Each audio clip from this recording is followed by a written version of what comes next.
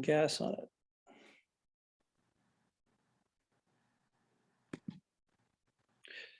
Okay. Okay, good. Good morning, everyone. June the 15th, it's 9 a.m. I'd like to call this meeting to order, our General Finance Committee meeting for the Township of Muskoka Lakes. Again, welcome everyone on this Wednesday. I will call the meeting to order. I will confirm that Councillor Edwards will not be in attendance today. We have his regrets, and that Councillor Mazan will be joining us shortly. We'll welcome her at that time. We'll confirm that the CAO clerk and the members of the senior management team and staff are present. The public was invited to provide comment on the agenda at TML public comment at muskokalakes.ca. No public comments were received. This public notice is to be read. Today's meeting is being live streamed and recorded on the Township of Muskoka website, Muskoka Lakes website and YouTube channel. By participating in the open public meeting today, you are consenting to your image, voice, and comments being recorded and posted online. We do not have a supplementary agenda today. And I would ask now, committee, if there are any disclosures of pecuniary interest. Okay, seeing none, thank you. We'll move on. Oh, I'm sorry, that's not true. We're not going to move on. I'm going to read it. The motions have been pre-populated with random movers and seconders to expedite the meeting, and members shall physically raise their hand until the chair has confirmed the vote. If the vote is unclear, a verbal vote shall be recorded by the clerk. This is not considered a recorded vote. Okay, get that paperwork out of the way. We're to item 4A. Item 4A is Andrew Fyfe, Muskoka Watershed Council, for a council update as a presentation. So there's Councillor Mazan. Welcome, Councillor Mazan, and welcome Andrew Fyfe. So, sir, I see you're in the waiting room. Okay, we'll get you teed up and we'll invite your and welcome your presentation.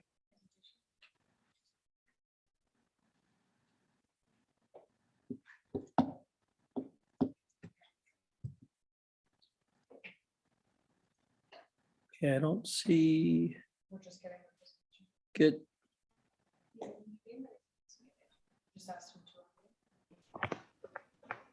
Good morning, Andrew Fyfe here. Good morning, Andrew. Welcome and thank you, sir. You've got the floor. Go ahead.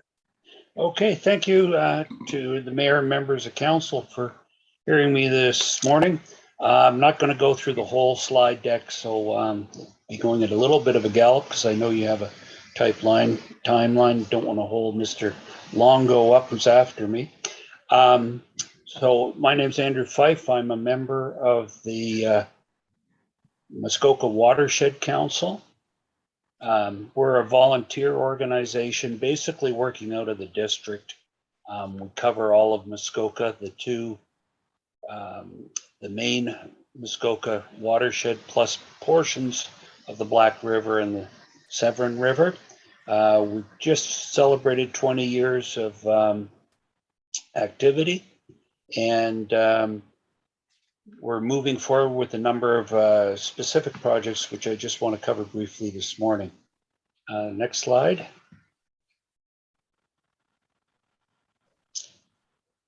Basically, we're looking at trying to protect and enhance the quality of the watershed's environment. And the watershed is not just the lakes and rivers, it also includes the land in between. So all of those ecosystems and how they relate to the environmental factors, the health of the community, its economic well-being, and just the general support that it provides to the community as the environment we live in. We try and do that in three basic ways. One is to develop science-based programs to get a better understanding of what's going on in the watershed. Second is to develop policy positions to advocate for sustainable land use practices and resource use. And thirdly is to develop outreach and educational resources to be used by various organizations within the watershed. Next slide. So here you can see the area we cover. As I said, it's basically the Muskoka watershed, which spills over a little bit to our neighbors to the north and west. And then we also pick up parts of the Black and Severn watersheds in the south of the district. Next slide. Won't cover this too much, but you get the basic idea, and you're all fully aware of the importance of watersheds, tourism, and tourism-related activities that are spread through the whole economy, not just the resorts, the retail, but also construction, and even a substantial part of your tax base. Next slide, please. Yeah, we'll, won't cover the nitty gritty details, except for to say we have a working council, which consists of a number of volunteers with various areas of expertise. We have ecologists, biologists, foresters. Myself, I'm a former municipal official. We have educators and academics and so on. And we run about 35 to 40 people on the council, and then the general governance is provided by a board of directors. Next slide. So just very quickly going to give you an idea of two of our main initiatives. Next slide. The key thing we're focusing in on is what's called integrated watershed management. And you can see from the diagram here, it's intended to be very much all-encompassing and covering off not just environmental factors, but also how they relate to the economy and to society in general. This has become a bit of a priority at the provincial level, and we're fortunate enough in Muskoka, we've received $5 million in funding from the provincial government, which are being used for a number of programs at the district level. And we've been charged with one particular program out of that funding envelope. Next slide. Which is what we've called the community roundtables. And this is, I think, probably critical in terms of Muskoka Lakes Township. What we're setting up is forums for community engagement, providing help and support and commentary feedback for our current projects, and also to help us to develop our plans and spread them out through the community. And as I said, this is where we're looking towards the municipalities. We're trying to get a broad range of stakeholders involved, but obviously, since the municipalities represent the stakeholders we're dealing with, it's very useful to have them at the table and providing us with a two-way avenue of communication between ourselves and the stakeholders and your ratepayers. Next slide, please. The other major project we've got ongoing right now is our algae monitoring program. So we started a couple of years ago collecting and analyzing water samples, looking at algae, in particular how it relates to algae blooms and blue-green algae, which aside from the aesthetics can also at times become a serious health problem because it can generate toxins, which if absorbed can cause health problems for both people and for pets.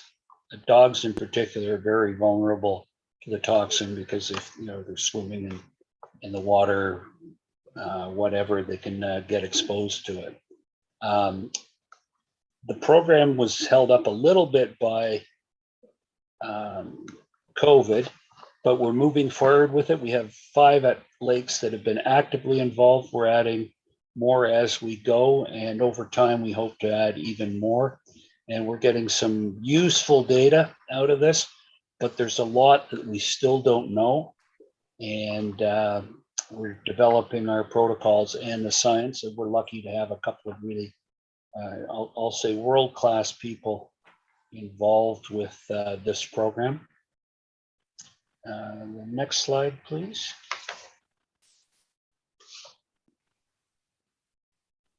So as I said, we're looking to add some more lakes and improve our monitoring and our data collection.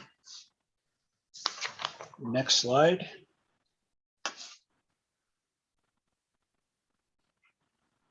The other things we're involved with, as I said, we're looking at our outreach programs. We provide a watershed report card, which is an excellent document, provides a real overview of what's going on in the watershed, what the environmental issues are, what the sort of state of the union is, and where things are potentially going in the future.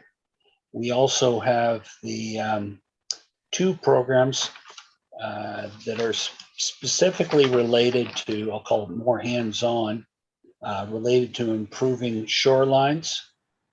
So we have the Love Your Lake and the Natural Edge are 2 programs that we're the agent that delivers them.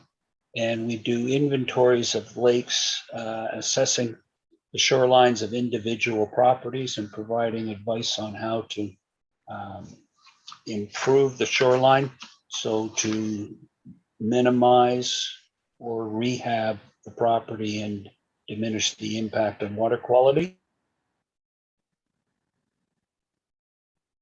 And then lastly, the Natural Edge is a similar related program. So we're moving forward those 2 programs.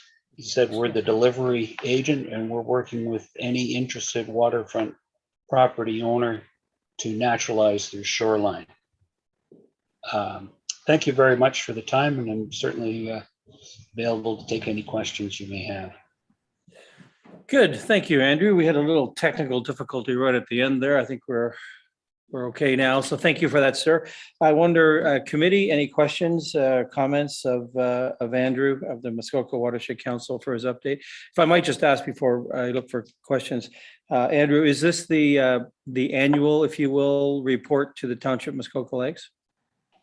Yeah, we're trying to do an outreach to all of our constituent municipalities, and if council's willing to have us to provide them with an overview. And as I said, we're also looking for, our ask is for support with the community roundtable. We're not coming cap in hand financially. What funding we need is fairly nominal, but we do get a lot of support from district staff. Good, thank you. And I hope everyone knows that we do obviously support you in many, many different ways, emotionally as well as in other ways. So thank you for that. I'm going to ask Councillor Roberts has a comment. Thank you very much for your very succinct report there, Andrew. Really much appreciated. I've been in some way connected to the Watershed Council for almost 20 years in some small way, reaching out for advice and stuff like that. I particularly am very interested in your focus on community partnerships.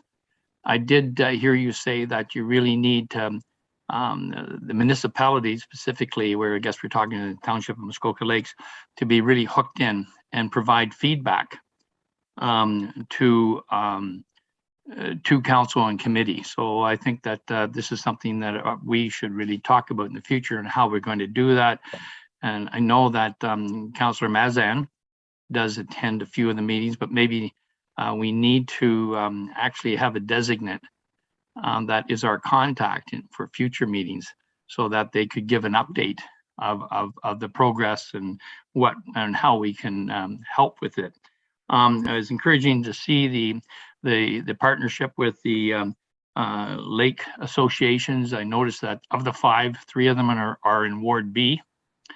And I'm very active in one of them, and I know that citizen scientists will, with feet on the ground and financial backing, because I know there's significant money in the Leonard Lake area on doing testing, looking at more than just phosphorus. We had brown algae a couple of years ago that was just really unexplained.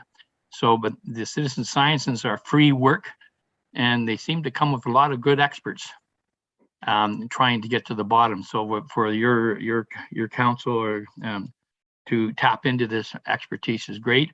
And to my fellow colleagues, I guess we need to get Ward A and Ward, well, MLA is involved, but we need to get the Ward A and the Ward B small lakes hooked into this. We've actually, I think in the Small Lake Coalition, Cardwell Lake is in Ward B, and another lake is coming on board, and we can see how the larger lakes like Brandy and Leonard Lake and 3 Mile Lake can help them along the process with knowledge. So thank you very much, and I'm very supportive of what is happening. Good, thank you. Thanks, Gord. Okay, Councillor Hayes, go ahead. Thank you, and through you, excellent presentation. There are a few questions of something that's going on right now, and that is the gypsy moth spraying. And I know that there was one report that came out that says that there was a correlation between butterflies on the milkweeds and another one right in the that said that the spraying had practically no effect on trout. And I was wondering if the Watershed was going to be doing any investigation, long-range investigation, to see what effect spraying of insecticides and pesticides and herbicides have on our watershed, and could come back to the public with suggestions. Thank you, Councillor. Yes, it is part of our ongoing monitoring to, we'll say, keep an eye on those things, and certainly people like Neil Hutchinson are very up on what the effects of, I believe it's BT that they use as a bacteria that's used on the gypsy moth. But our shoreline rehabilitation efforts, if I can call it that, is very much geared towards minimizing landscaping, etc., which is potentially intensive of herbicides, pesticides, and fertilizers. So trying to reduce the inflows into the lake of those substances through rehabilitation and naturalization of existing shorelines, and through just general education. Okay, good, thank you. Councillor Hayes, you're good with that? Okay, good. Mayor Harding. Thank you very much, and thank you, Andrew, for joining us this morning. A quick question for you, but just to Councillor Roberts' comment about Muskoka Lakes getting more involved. Councillor Edwards is our representative on Muskoka Watershed Council, and so we certainly can have more engagement from him coming back to this committee, but he certainly has been representing us well for the past 4 years, so that's going on. Andrew, one quick question. As you continue to do the algal bloom monitoring, do we anticipate any initial results, any findings? You know, it's the one mysterious phenomenon that happens, and it can be hot summers it happens, it can be not so hot summers and rainy, and you know, my watching it for a dozen years now, I'm not sure I have as much consistency to know when they're going to happen or not, and really interested to see what the watershed finds in some of this stuff. So I'm not sure if timing wise or where you guys are at with some of that additional monitoring.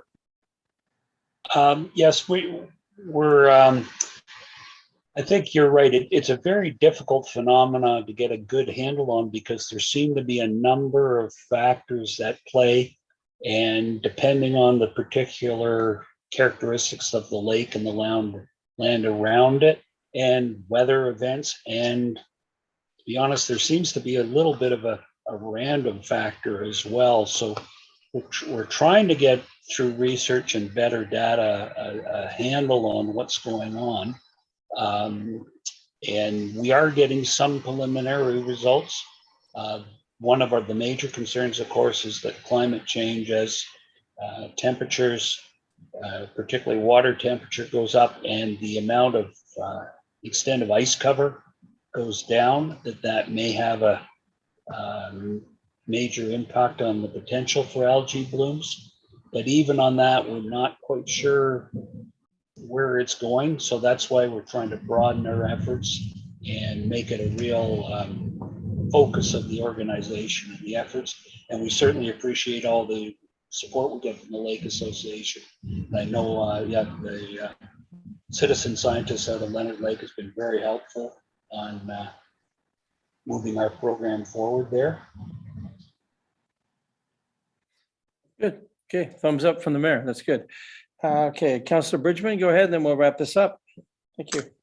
Thank you, Chair Zavitz. Andrew, great presentation. It was really interesting. I just have a question for you in terms of the shoreline and our ribbon of life and protecting it. Is the Watershed Council doing any research into the wake surfing wakes and what they do to the shorelines and the lake beds and how much damage that they do? I don't hear much about it, but it's pretty obvious when you actually observe it. So are you taking any of that? Are you doing anything with that? We're certainly aware of the problem and the concerns, again, on particularly narrow, what we call narrow bodies of water.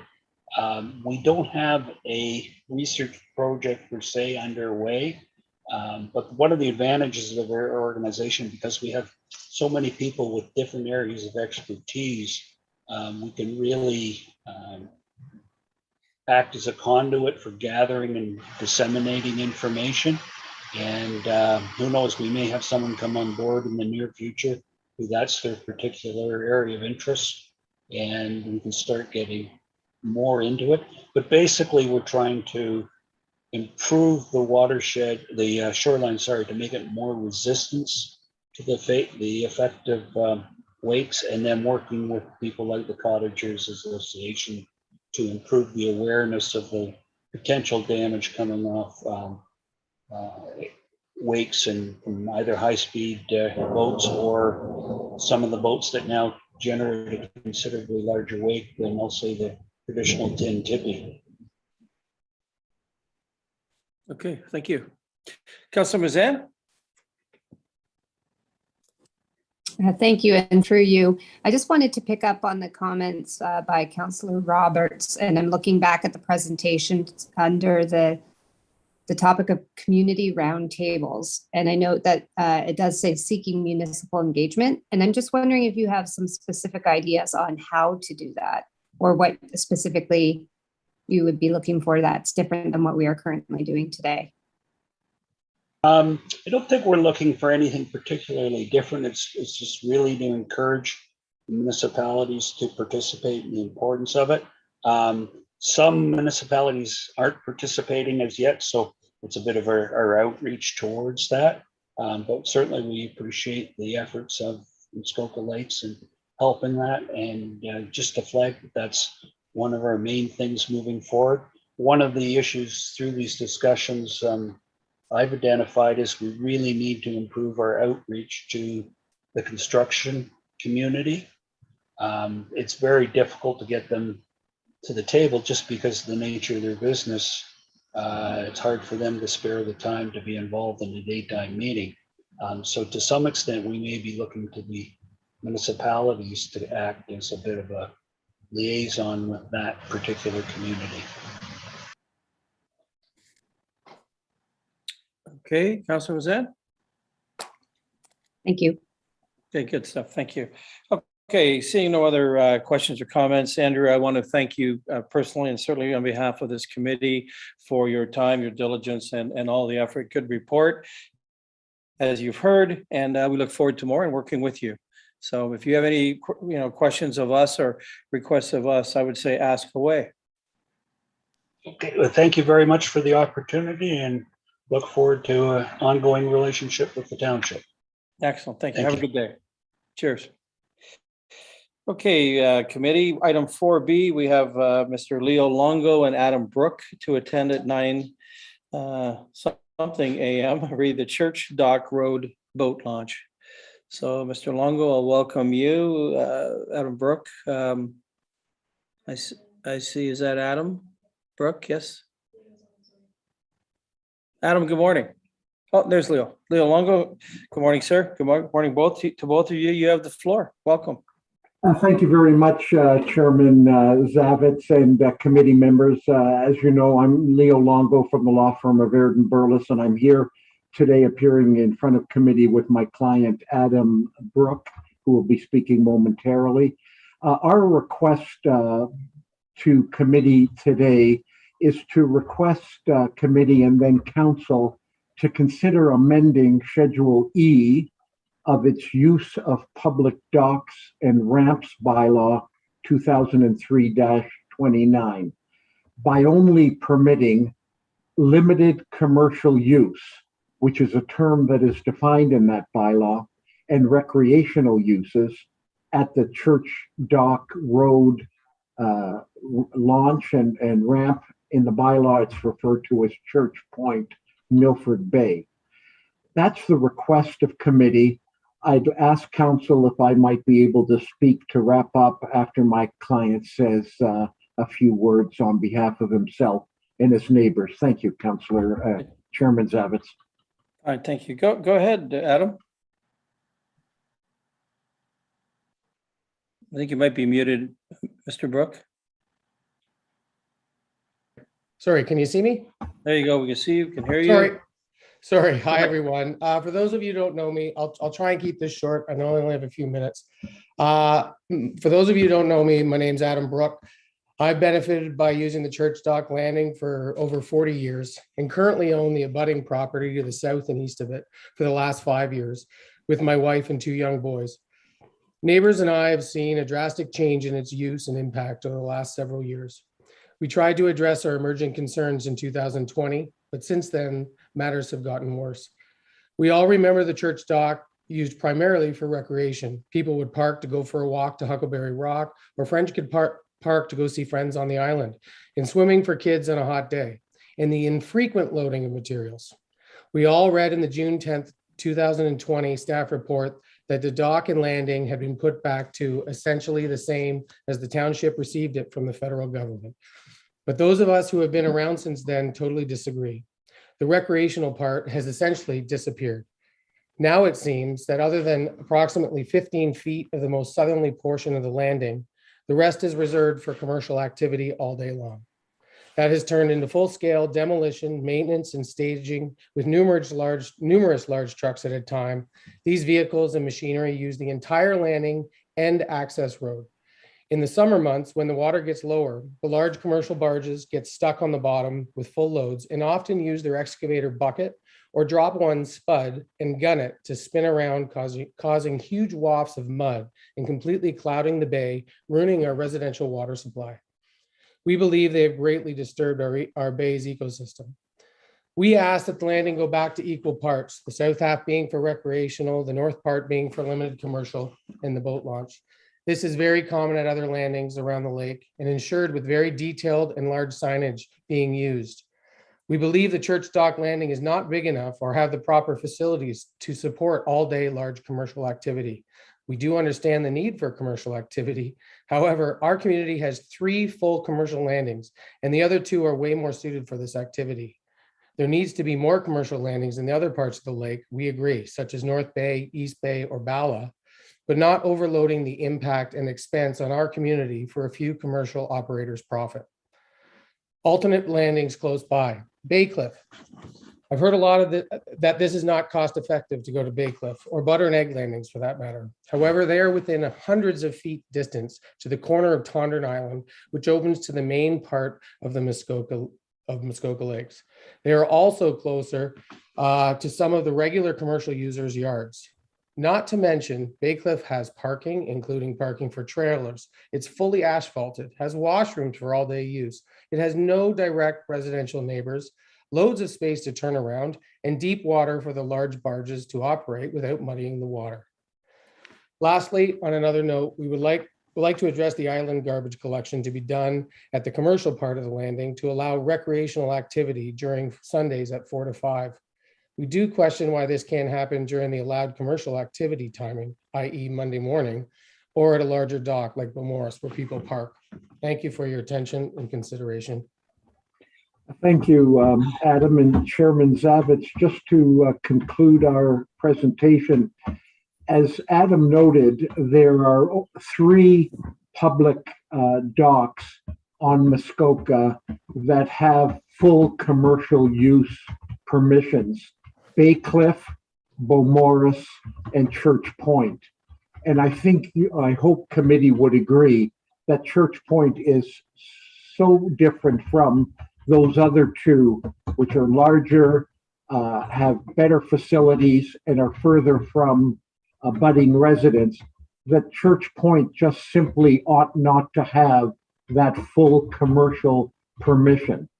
We're asking that limited commercial continue to be permitted on the north half of the landing, and recreational be reestablished as it once was on the south part.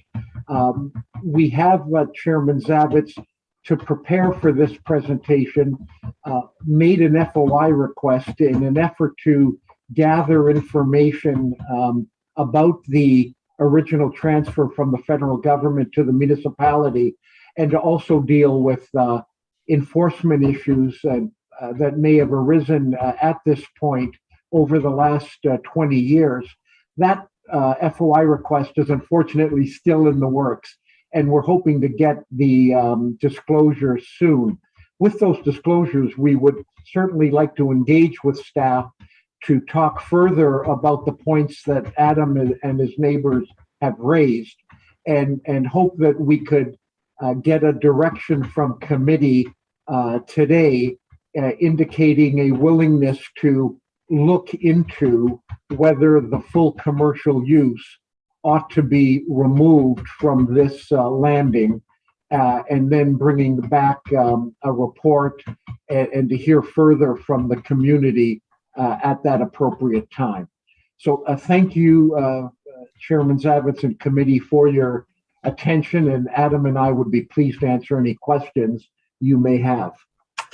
Good, thank you. And we'll keep you there for a short while. I guess I would want to talk to Director Becking, our Public Works. Ken has some experience here and certainly throughout our ramps and docks, et cetera. I guess the thought, Ken, to you, sir, is as I'm aware, there is no logic, or there is no dedicated sort of sense that this is a highly commercialized. I mean, whether they're split between recreation and commercial, the public has access to this particular location as they do to the others. Whiting's Beach, for example. Can you speak to all that? Thank you, Mr. Chairman. The public access at Church Dock Road consists of 3 components: a recreational component or access, a light commercial area that is dedicated for limited commercial use, and then a heavy commercial area which is dedicated for the larger barges.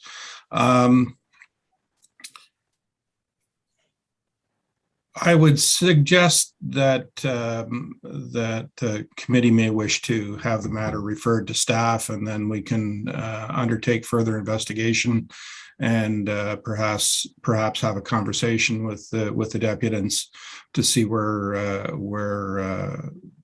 we can see what can be done about the matter. Okay, thank you. I don't suppose this is covered off at all under any of the either the Parks and Rec asset management plan or the transportation plan upcoming in terms of access to water, launch ramps, et cetera? As committee may recall from some of my previous reports, docks, wharves, and the like fall under the heading of non-core assets. As committee will recall, the next version of the asset management plan is to address those assets. Council will be dealing with an issue later today with regard to the award of a transportation master plan study.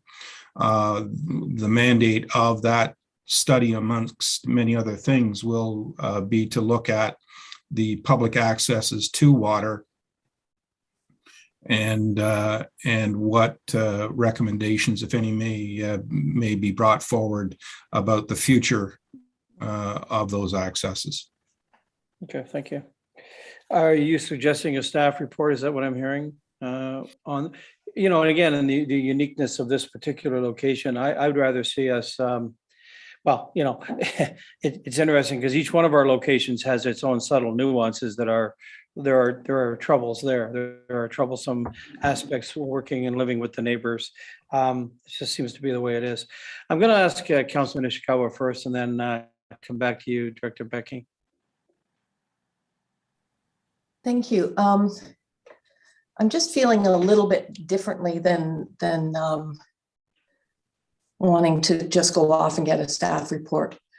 I feel that, you know, we've had this situation arise at other locations, for instance, Whiting's, and we actually ensured, I know it's prior to many of council and staff involvement, but we did make sure that it was limited to certain sizes of barges. I'm fully, I really truly feel that we should be recognizing the recreational use in this particular location.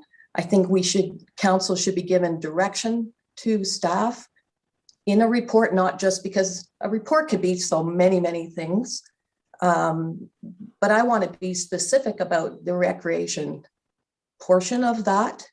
You know, certainly we've seen across the municipality, we've seen the commercial uses grow significantly, but we identifying today that we feel the recreational use at this particular location is a great importance. That's my feeling. I want us to go in that direction because there are other locations that are better for the commercial use. We've talked about this for years. And in fact, as I said, we in other locations, and some may remember that we were involved with a pretty significant lawsuit about one of our other docks that was, some felt that was being used too heavily in commercial. But one thing I do recognize is there's not very many locations in our township for the public to access water. And I don't mean to use for work. I mean to recreate, and not all of us live on lakes. So, you know, I just think that we should be sending more direction to staff right now. And I hope other councillors have something to say about this, that in fact, from my perspective, we should be looking at more recreational use in that particular location. Good, thank you. And of course, as we all know, item 5A, we will be entertaining a report, and that is a large report, and that will set the tone for this township for many years to come. So I'm going to ask the mayor to speak, and then I'm going to maybe summarize it here. Thank you. Thank you very much, Chair Zavitz. Good morning, Adam. Good to see you. Mr. Longo. I want to make one comment, and I know, Adam, you commented that this is all expressly for the profit of the contractors. I think we need to reframe that a little bit. The reason the contractors are there are to service the island properties. If they weren't servicing the island properties, they certainly wouldn't be there, and there's no profit or business to be had. They are serving a need that we have within the community. I am interested to understand, have we expanded the commercial side of the operation, and it becomes 2/3 because commercial activity has increased.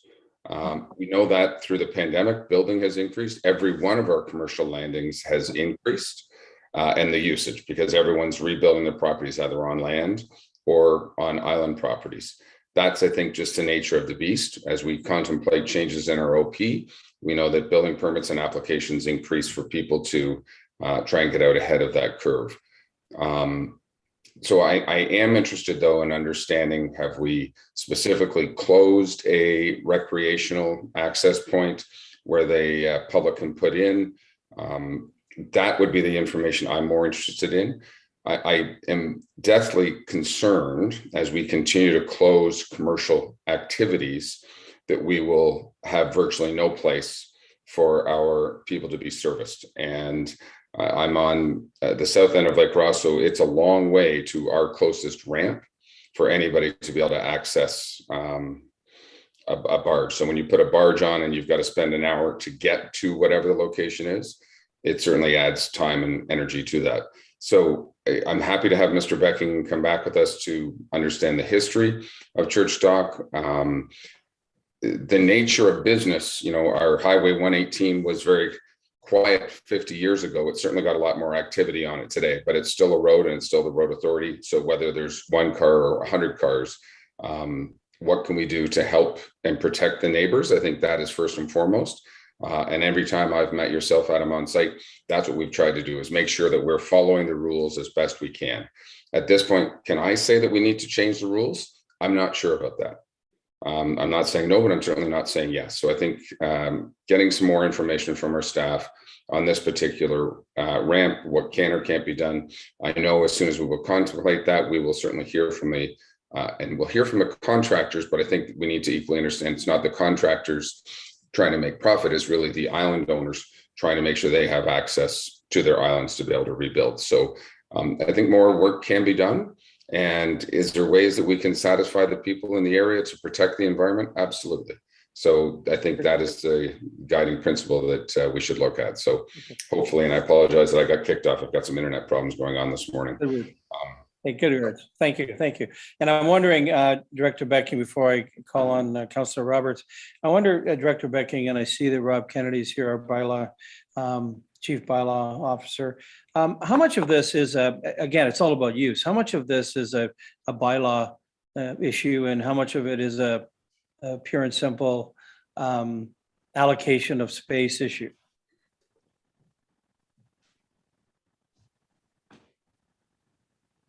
I think that's best answered, Mr. Chairman, by Mr. Kennedy. There he is. Rob, go ahead. Mr. Kennedy, go ahead. Through the chair, over the past year or so, we've received a number of complaints just in regards to the general use of the commercial activity on the property. Based on the bylaws, these most or a majority of these complaints have turned out to show no contravention of the bylaw. And it's all come from a singular person. I haven't heard anything from multiple residents in that area regarding complaints at this particular launch. There is no parking signs posted all around the launch area.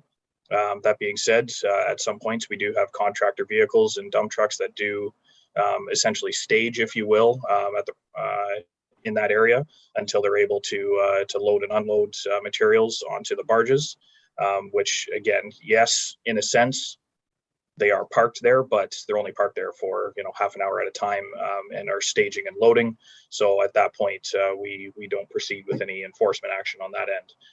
But again, I would say we probably have roughly about 8 to 10 complaints over the last year, and I would say a majority of them are found to be no contraventions. Thanks.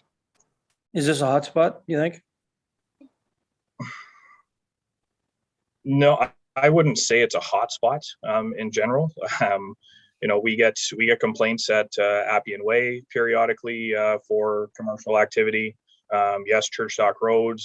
We got complaints down on in the Whitings Beach area. So it's not necessarily that this is the only one that we get complaints on. I think to be fair to other people in other areas where we allow commercial activity, we're going to get complaints regardless. It's loud. There's lots of banging. It's not your typical, only recreational use. So I think we've had complaints on virtually every commercial landing that we have in the township. Okay, good. Thank you very much for that. Okay, I'm going to call on Councillor Roberts, then I'll wrap this up. Thank you, Chair, and through you. I'd be also interested in the staff report on the parkette, I'll call it, that is along Highway 118, and how a possible solution that the recreation use of that could be expanded. I'm very concerned with the reports, and I've heard it from other constituents within that bay of the gunning of motors on low water, which is a real concern, because as we just had from the Watershed Council and from my experience, what happens when you disturb the bottom of the lake, it releases phosphorus. Hence, it feeds the blue-green algae issue. It's a proven, it's proven. So that they bind it. So I'm very concerned with that. And I know, I don't know whether that's federal legislation or if the district can comment on that at all. But I think we need a staff report on this. And I specifically want to know the historical definition of recreation there. Because I would think, being in this ward, the recreation was more channeled to Bay Cliff Park, where there's a park and a sand beach, or to that little parkette that's there. Recreation, I would think, is the parking of boats, as Mr. Brooke said, for visiting the islands, or for going out up to Huckleberry Rock. So that's what I have for this. Thank you. Okay, good. Thank you very much for that. So I guess my thought, what I'm seeing and hearing is of course, and good words from our bylaw enforcement officer, Rob Kennedy. My thought here is that I think we need to look at this as more in aggregate than this particular situation. We have a number of these situations, and I am really hoping that item 5A today can help us address that, at least initially. And so I'm a little reluctant to even request a staff report. I can tell you this, though. I would ask, and again, I'll get a showing of hands here, but I would ask Mr. Longo and Adam, have you formally submitted, I'm not seeing any kind of a report here, have you formally submitted your comments and your position, if you will, on Church Dock Road boat launch to this township? Sorry, you muted? Sorry, is Leo there? Sorry, I can't see. No, I'm there. I was just muted. I apologize. Chairman Zavitz, we were awaiting the receipt of materials based on the FOI request in order to formalize our submission to committee to back up and support the request that's being made for the limited commercial use. I want to make it clear, not abandoning any commercial use at this site, but just limiting it to vessels under 25 feet in length and 12 feet in width. Fair enough. Like similar ones. So we certainly were going to be doing that. And we intend to do that when we get the materials. We just don't want to be lost in the shuffle, for lack of a better word, and try to keep some sense of priority here. I heard Director Becking talk about transportation studies and other things that are being done. Unfortunately, on the list of things, that's about the lowest on the list. And I am kind of hopeful that based on some of the comments, some of the councillors have said that council would be willing to take a particular look at this particular landing sometime in the near future, as opposed to sending it off fair enough. for a long time. And I hope you'll take our assurance that we'll do that as a result of certainly you coming forward here in the public vein today. I see both Councillor Roberts and now Councillor Nishikawa. Okay, well, I'm going to let you guys, go ahead, but I'm going to very, very brief, if you would, and we'll wrap this up. Councillor Roberts. Thank you. Very brief. Just to let you know, the recreation, Parks and Recreation Master Plan, which I don't like, a strategic plan, is just a plan for the future. There's going to be no silver bullet there today. And so that's what my point is. So I think that the staff report will sort of move this forward so we get a better understanding so for now or for next year on what's going to happen there. Thank you. Okay, Councilor Nishikawa? Gord had said a lot that I was going to mention, but mostly I am also interested in if we are going to look at doing some kind of study report or whatever. Again, I don't want to get involved in something that's going to take 6 months, a year, or 2 years. This is a situation that's happening today. So, but I also want to know the difference. So for instance, we throw around Whiting's Beach or some other locations, but Milford Bay is a community. This is a community that we've encouraged other things, in intensification, for instance, we've allowed other things to happen there to grow that community. And so I feel this particular dock is part of that community, which is why I go back to, for instance, that smaller barge size that we allow at Whiting's Beach, but not the large ones. Again, I really want to focus on that whole community aspect, because if you have to drive out to 118 to take your family to, that's not being part of the community. Anyhow, thank you. Good, thank you. Councilor Mazan, and I'll wrap it up. Thank you, and through you. It feels to me listening to all the questions today, and I think the ask coming from the applicant or from the delegate today is just to continue the dialogue with staff. It sounds like more information is forthcoming through the FOI request, and it sounds to me like our staff could work with the delegate in gathering that information, coming back to us, and with the lens of recreation as well as the commercial use. So I would support the idea of staff, time permitting and how they manage it, could bring something forward to us in the future. Thank you. Good, thank you. Okay, and in summary, that was a great summary, by the way, thank you. I think what I would suggest we do, and I'm going to look to you all now as a committee, is there an appetite here to do a specific staff report on this particular ask today for Church Dock Road?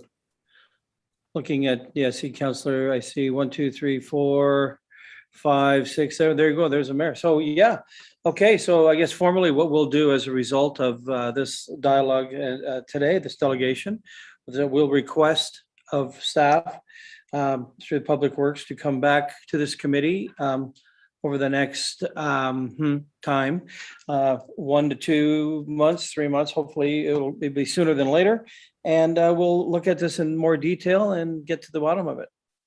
Councillor, or sorry, the CAO would like to comment. Thanks, Mr. Chair. Just for clarity, it might be helpful from the staff perspective if we could receive Mr. Longo's written materials to just ensure that we're all clear on what's being requested, and then staff can prepare an appropriate plan to come back and report to committee. Thank you. Yes, words exactly. So Mr. Longo, if you'd be so kind as to wrap that whole thing up into a nice bow and send it to us, we'll look at it, and staff will bring a report back to this committee in due course. The extent to which the CAO and the clerk could assist in having the materials provided to my client and I as a result of the FOI, the sooner we get that, the sooner you'll be able to get our written submission to keep moving this forward. Thank you. Okay, thank you. Thank you. Okay, I guess we can't make that. Yeah, we can't make that formal commitment here at this very second, but certainly your point is well taken, well made. Cheers. Thank you. Okay, good. Thank you. Thank you both, and have a great day, and we'll be talking to you again soon. Perfect. Thank you. Thank you. Cheers.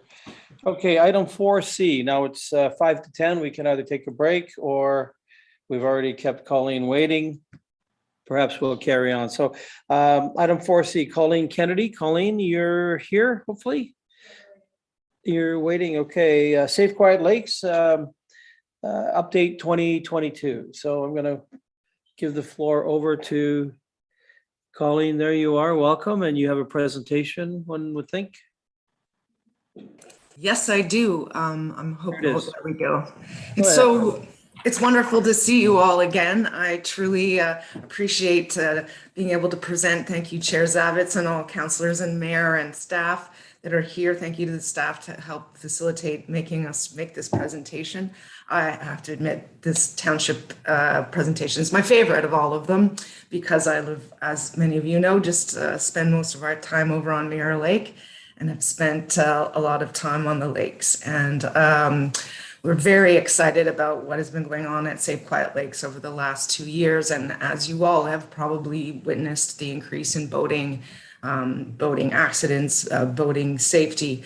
So we've been working really hard to help mitigate some of those things. And I just wanted to give you an update on what we've been doing. So if the next slide, please. So you know about our mission and what we do. So I won't go through much of how we're guided by our mission, and our lakes are treasured resources for everyone. And we have our boaters code up in lots of places in Muskoka and now increasingly around the region. And we thank you for your support, as always, of our efforts. So the next slide, please. As some of you may have heard, our last survey last summer was our biggest one yet. It was our third one, expanded. We expanded it to other regions, but as you can see, the biggest is in the Muskoka, the biggest one. It was an 81% increase over 2017, and with Georgian Bay participating for the first time. We had over 130 plus lakes and rivers in central Ontario, and we believe it's the largest lake activity report in North America. We have compressed it to a 70-page, two-page report, which I'm going to highlight in the next few slides. It's also on our website, and I can happily send you hard copies as well. So next slide, please.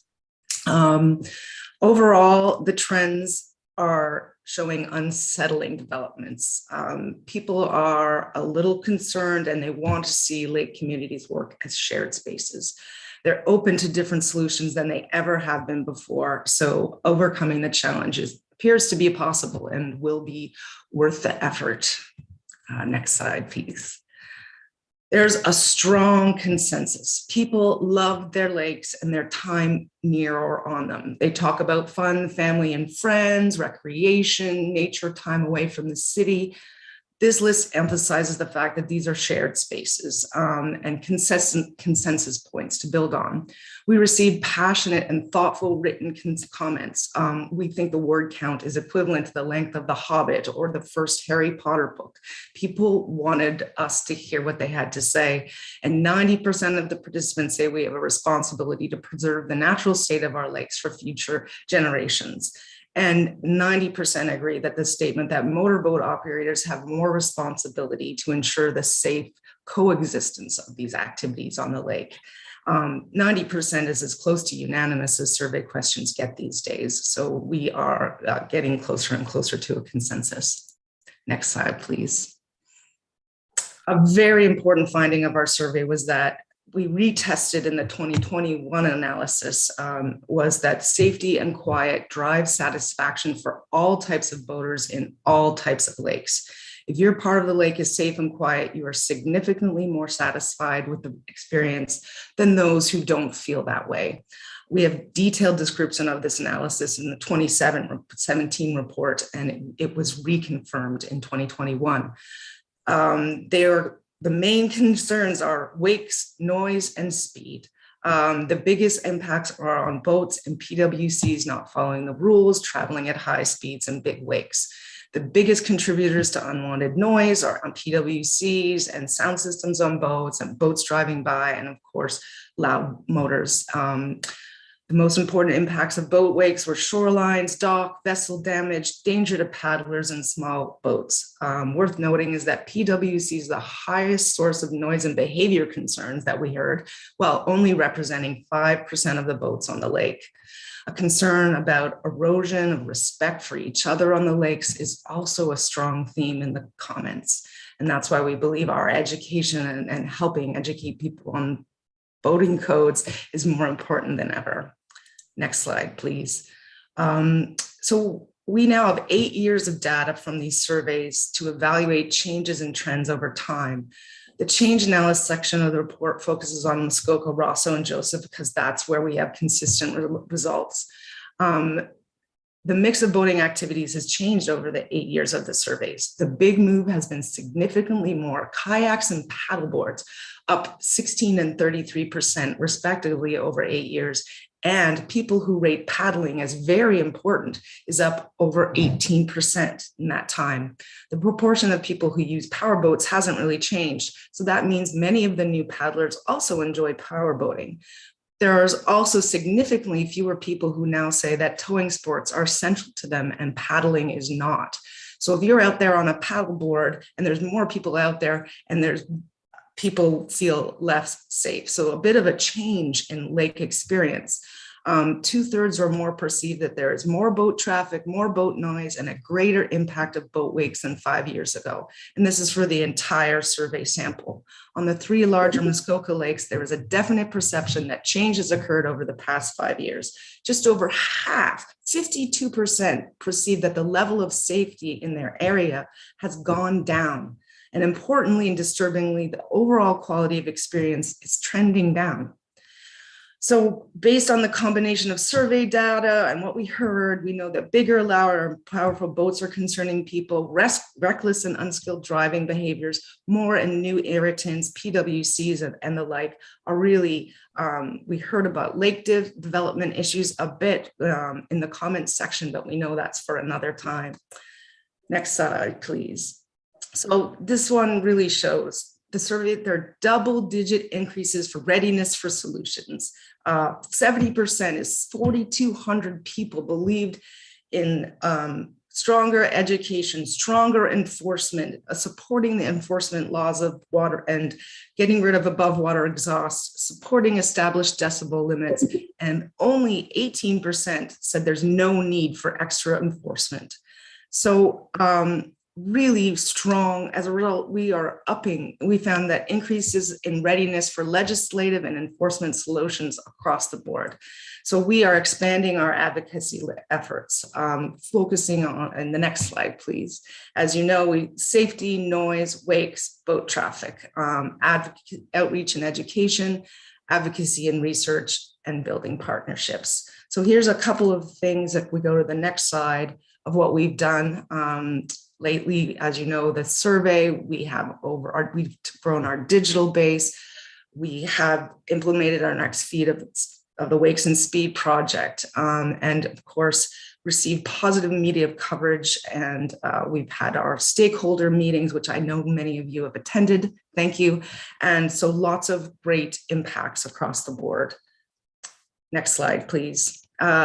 The Wakes and Speed project, which you all have heard me speak about before, and I really appreciate council and staff's help in including our messaging in the billing and providing 9K signs. Last year, we launched Be Wake Aware with FOCA and the MLA, really focusing on wake surfing and getting your wakes out into the middle of the lake. We deployed over 200 no wake signs, and we have another 200 ready to go this summer. The radar sign in the Narrows, we saw a year-over-year decrease in people speeding in the Foreman Narrows. We saw a 20% decrease in people speeding past that. And we are a resource for people across Muskoka and Ontario more and more. So with your support, we are able to do that. Next slide, please. I have hot off the press news for you from the Decibel Coalition. Thank you so much for your support and being a signatory. We had over 2,000 responses from 1,000 individuals. Over 450 letters were written to over 70 MPs across the country. Our region is a big portion of them, with 45% of the letters going to Scott Aitchison. If you include the CCs, it's well over 2,000 letters. We are now requesting a meeting with the Minister of Transport to ask him to move this file along as quickly as possible. And over the last couple of months, the decibel works that we've been doing have received articles in the press from Ottawa to British Columbia.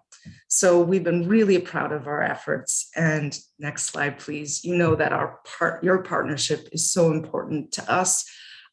We would love to see more 9K signs, bigger ones, and put on public lands.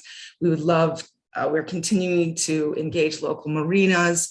We want to discuss issues with local enforcement and, of course, public education that we continue to do.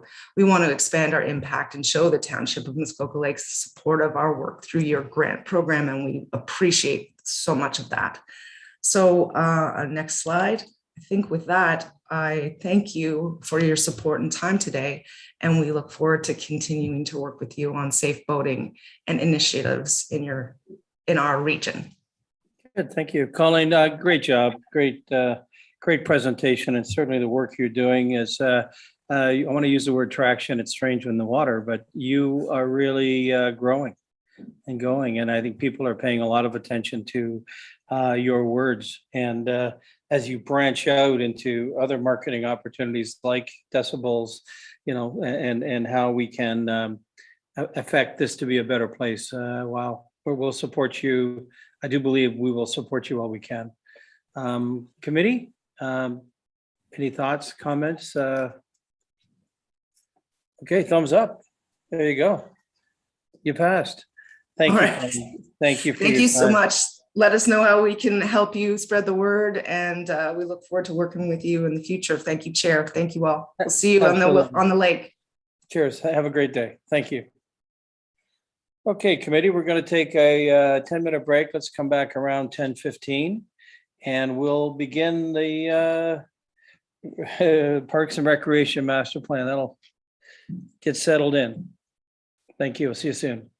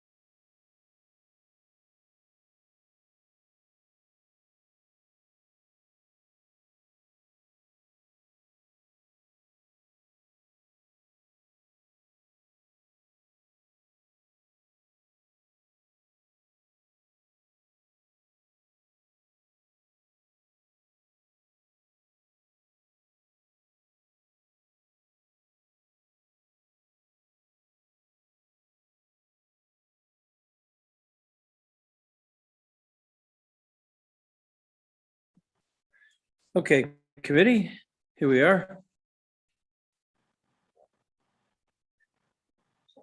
We all getting back. We'll get back into the meet right away. Okay, I think we can start. We're recording. Okay, good. So welcome back, committee. Good first part of the morning. We're now at item 5A on your agenda, actually item 4D, which is to welcome Mr. John Hack, who is our Sierra Planning Master Consultant, if you will, on the Parks and Recreation Master Plan. So I want, John, I see you're there. You're connecting to audio. I see a John Joyce as well. Sorry, is that? I'm not sure. Or not? Who is that? There's John Hack and John Joyce. Okay, so there's two, both. Mr. Joyce is one of the sub-consultants, Mr. Chairman. Excellent, good. Welcome to you both. J squared, actually. John Hack, you're. I'm going to give you the floor. We'll. I believe there's a small, brief presentation you'd like to make, so I guess we'll put that up on the screen, and then we'll hand it over to Director Becking for his report. So go ahead, John. Welcome, and thanks for being here today. Good morning, Mr. Chair, members of council, committee, and staff. So yes, myself and my colleague John Joyce of MBCW are here. So I'll dive straight into the presentation. And as you've loaded it already, I'll just ask you to move the slides one by one. So let's move on to the next one. So this is really just as a preference to go through a little bit of background for you before we get to the update and the recommendations. So there is a draft plan now that has been produced, and it has been worked through with the Recreation Plan Steering Committee. And firstly, I think a note of thanks to every member of that committee. We've worked on this. It's getting on for about a year now, and it's been nuanced with respect to types of public consultation and certainly the wealth of analysis that goes behind this plan. And in previous meetings with the General and Finance Committee, you've had a glimpse at some of that detail. So the result of this at the end of the process will be hopefully a readable, understandable, and implementable document. But there's also a wealth of necessary information that's been gathered and analysis, which will go along as a compendium to that, and hopefully will bear fruit in coming years in terms of giving some clarity to some of the issues as you tackle the recommendations. But just to go back to an engagement, so we've had rounds of engagement, including public consultation, user group, consultation, those that rent facilities or actively involved in volunteerism in the community, and the general public at large through an online survey. The result of that, just to give you several of the themes, are that, and as expected, I think, given the wealth of resources in the community, strong support for the existing community centres. They serve a function, and I think everyone that commented on the survey, and it was a broad spectrum of people, recognize the value of those facilities. In terms of what's needed, more outdoor facilities and a greater range of programming. That was clear, and our recommendations, I think, speak to that. In terms of the arenas, this is an area of primary concern for this recreation master plan. But just to reflect on what people have told us, even though we're calling for progressive change in regard to how you treat that particular type of asset, there's general satisfaction. But the issue is over the longer period, if you look at this plan is not a one-year plan. It's not a plan for today. It is a plan for tomorrow. And so looking out 10 years out, we really do need to plan for the arenas. And so that general satisfaction is very much a current statement, not necessarily a long-term one. As a result, when you ask people, the top priority is reinvestment in the arenas and the outdoor spaces. But over and above that, there was clearly an indication of other spaces, indoor spaces, that may be beneficial for the community as well. And that's people looking and seeing what other communities have. Our job was to make the case, if it could be made, for doing it within the township, and we've done that as well. Next slide, please. I'm not going to debate this one. Hopefully, you've had a chance to look at this package, but the themes that came out of it have to cut across all of the mandates that the municipality have. So just to pick on a few words, it is about the supply of opportunities. It certainly is about this plan being part of a broader spectrum of planning for community health and wellness, and that includes everyone, including at-risk communities. It's certainly about making sure, as we all age, that community facilities are age-friendly. Nestled along with that group of recommendations is the need for accessibility, and that is commonplace throughout the province.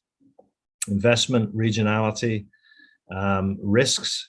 This plan has been through the mill in terms of us understanding what some of the implications are for some of the recommendations. So there's an inherent element of risk mitigation that we've put in place here. And with that, also a recognition of the opportunities and the role of the town as a seasonal destination.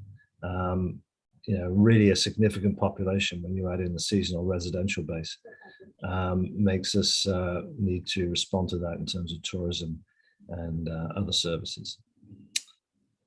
Next slide. Key drivers of the plan. Obviously, there is a changing population dynamic. There are things that we want to make sure that we don't change, and that is the history of volunteerism and commitment to each of the villages, hamlets, and the municipality as a whole. So we're very keen to make sure that this plan is seen as robust, but not just for the sake of it. It's not a plan to uproot and make change and disrupt people's influence. So we really want to focus on making the best use of the volunteerism that exists and make sure it's sustained. The town has a lot of assets, and Director Becking has, prior to this plan and through this plan making process, I think provided great information on the current state of the assets. And so this plan is really part of that broader framework to protect and improve what you have, and then build what you need going forward as well. And then other drivers of the plan there are as you see on the page, the most important of which is community support. Whatever comes out of this plan in terms of individual recommendations, some of them are at a scale that will require further public consultation, and some aren't. Some are more administrative. But where there is a need to go back to the public, I think this plan should, has a framework in place for being able to do that. Next slide.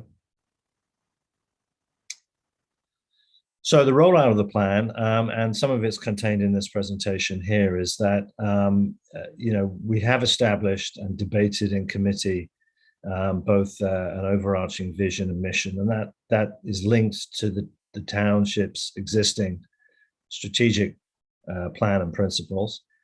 Every time I've had a chance to make a presentation like this, I rest upon the importance of guiding principles, because the plan, although we want it to be implemented, over a 10-year period and according to the order in which we've put it in place, it is subject to budget and to other priorities of council. And sometimes that means that things get delayed or changed. And what we also know is that new priorities emerge, new requests of the taxpaying public emerge, and there are other things that the council needs to juggle. So guiding principles is a really important piece of the puzzle. It looks very simple on the page, but it's the kind of thing where if you adopt this plan, you're giving staff the ability to cite those principles back in future staff reports and requests for decisions on budget and policy direction. And then we've got the recommendations and service directions outlined here as well. Next slide. So the vision, since we have it on the page, I'll just quickly read the vision: to create sustainable recreation that promotes healthy communities and embraces the strengths of our natural environment and small town character. So we thought we would keep it simple, and just behind that, there's a recognition that you do these plans and you provide these facilities and you support them through the tax base and through user fees in order to meet exactly that, to create a sustainable community that does not impede the ability of everyone to enjoy the community as a whole. And the mission really is that the vehicle for achieving that, along with all the other strategic principles that you have as a municipality, is to fully utilize the Parks and Rec Master Plan. So the mission, as I would see it, and I would sort of submit to council, is make the best use of this Parks and Recreation Master Plan. There's a lot in here in terms of policy direction that can help create effective decision-making going forward. Next slide. So these guiding principles, I'm not going to read every single one, but there are 8 of them, and they cut across the need for investment, to recognize you can't do that by yourself. So there are partnerships in terms of capital funding. There are partnerships in terms of expectations on the part of user groups.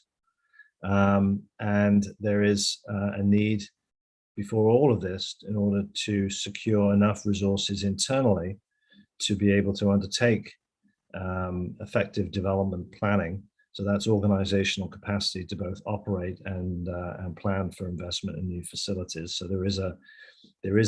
will be an effective budgetary ask of council if you support this plan to sustain staff resources, and to work to enhance what you have already. Asset management is first and foremost. Next slide. Okay, so those 8 principles and the vision and mission behind it and the research that was done behind that can all be kind of then concentrated into 3 broad pillars of service direction. The first is, and this responds to what people have asked for in the community, to enhance the overall offering of recreation. That includes partnerships. It includes programming, development. It doesn't mean the township runs the programs, but they may help administer a broadening diversity of programs that people want to see happen in the community centers, for example, and in the parks. In terms of rethinking facilities, the facilities are all of a certain age, and it does need to be effective planning going forward. So we've got some very clear recommendations about how you rethink the approach to maintaining those facilities. And this is without doubt the most important immediate term requirement, an effective organization and administration structure. The township does not have a recreation department, and we're not suggesting you have a department separated, but we are certainly of the mind that there needs to be investment in staff resources to be able to achieve a lot of the improvements that are being requested through public consultation, and in order to achieve the recommendations we put on the table here. Next slide. So we have about 100, I think it's about 111 or so recommendations. Many of them are as I said, they are ones that are really necessary, but they're not going to capture everyone's imagination. Others are bigger ticket items. But just to roll up one level, so we're not going through 100 recommendations for you, to enhance the offerings, programs, and partnerships, that involves better use of partnerships, expand the role of the township in recreational programming. Quick example of that is to have a more involved approach to programming in some of the community centers, but not necessarily all of them. To expand outdoor passive recreation, to improve outdoor active recreation as well, and to recognize that water access for all should be a goal of the plan. Next one. So rethink facilities. So as I've sort of alluded to in several presentations, the future of the two existing arenas should be based on a number of considerations, but from our lens as advisors to the municipality, and I know the committee shares the same view, there has to be a process that is agreed to develop some of the answers to the various questions that exist around what you can do, what you should do, what are the financial implications, what are the costs, what are the benefits of undertaking different strategies with respect to the existing assets. So it boils down to very quickly, as part of this plan, immediately moving on to undertake some feasibility assessments for those two facilities. And that includes the potential of a single new arena developed and other spaces potentially with it, such as what we refer to as modern dry use space. It's a limiting statement to say it's a gymnasium because they're more than gymnasia. So we use the term modern dry use space, but it's a large volume space that can be used effectively for a number of different kinds of community uses and has some economic impact potential there as well. And as it relates to the community centers, as I've said, the commitment of this plan is to maintain every one of those centers and to ensure programming is maximized. That said, it's very clear that the most effective approach is going to focus any future expansion in terms of footprint expansion or heavy investment in facility program, not within all 11, 12, 13 of them, but within those that have the capacity to really function as multi-use community recreation centers. And that's the advantage that Muskoka Lakes has, is you have already a number of community level multi-use recreation centers, and many communities strive to achieve that. So this hub and spoke model is critical to make the most of that approach. And so we're very excited about the potential associated with that. And then accessibility of facilities is de rigueur. We have to generally, going forward, any investment has to go along with improved accessibility. And that's going to require budget items to be put in place before council. Next slide. So in terms of the recreation organization, I'm going to jump straight to 3.4 there, expand staff resources to support recreation throughout the township. So currently Public Works and the administration of Public Works supports program development through the community centers, the rental of ice time and other spaces in the township. But in order to move forward with this plan and this approach, we're certainly recommending that there needs to be a full-time equivalent position put forward. That's going to help a number of these other aspects come forward. Next slide. So what does that look like then? So in terms of what we are, through this plan, asking council to consider would be, we've broken it into sort of 3 phases. So it's a 10-year plan. The first year, so on the assumption it is approved and rolls forward, the first 12 months would be as follows. There are a number of things that we're talking about, including that feasibility work that's required for the arenas, and that really is essential. It cannot be avoided. Questions are going to remain unanswered unless that work is undertaken. So the proposition is it needs to be dealt with immediately. And you do that by obtaining, if you can, grant funding to assist with that. So that's one of the first aspects. Then once you do that, you then move quickly to start that assessment. So it includes feasibility study in terms of reference, which is going to be an important aspect of looking at the future arenas. What questions, what areas are we looking to get guidance on? What questions need to be answered? That should, I think, not be something that just rests with a consultant, but is really controlled from council down through the establishment of an appropriate steering committee, and then they can run the process from there on in. In order to really make all of this work well, a full-time Parks and Recreation manager to oversee aspects of service delivery. And we just listed out some examples of the kinds of things that they would be involved in. And cognizant that a full-time equivalent position is an important step forward, there's a myriad of things that they would get involved in, and we've listed out some of the ones there as well. So they would have, certainly it would be they would be a fully resourced position. And so our position is you can't do this in half measures. You can't have a contract employee. That's not going to help the plan go forward. You can't take someone and say a third of your time or half of your time is going to be dedicated to this, because we know that, you know, other things, other priorities will get in the way. But I think having a dedicated staff resource is the way forward to move this forward. Next slide, please. So really year two then is just continuing on and doing some of that due diligence. You know, we have not been prescriptive about the arenas, for example. We've been prescriptive in terms of process, not the outcomes. So that would probably be a year's worth of work in looking at what's required to serve the community. So what's the future of a new building look like, or a renovated building? Allied to that is, what do you do with existing facilities?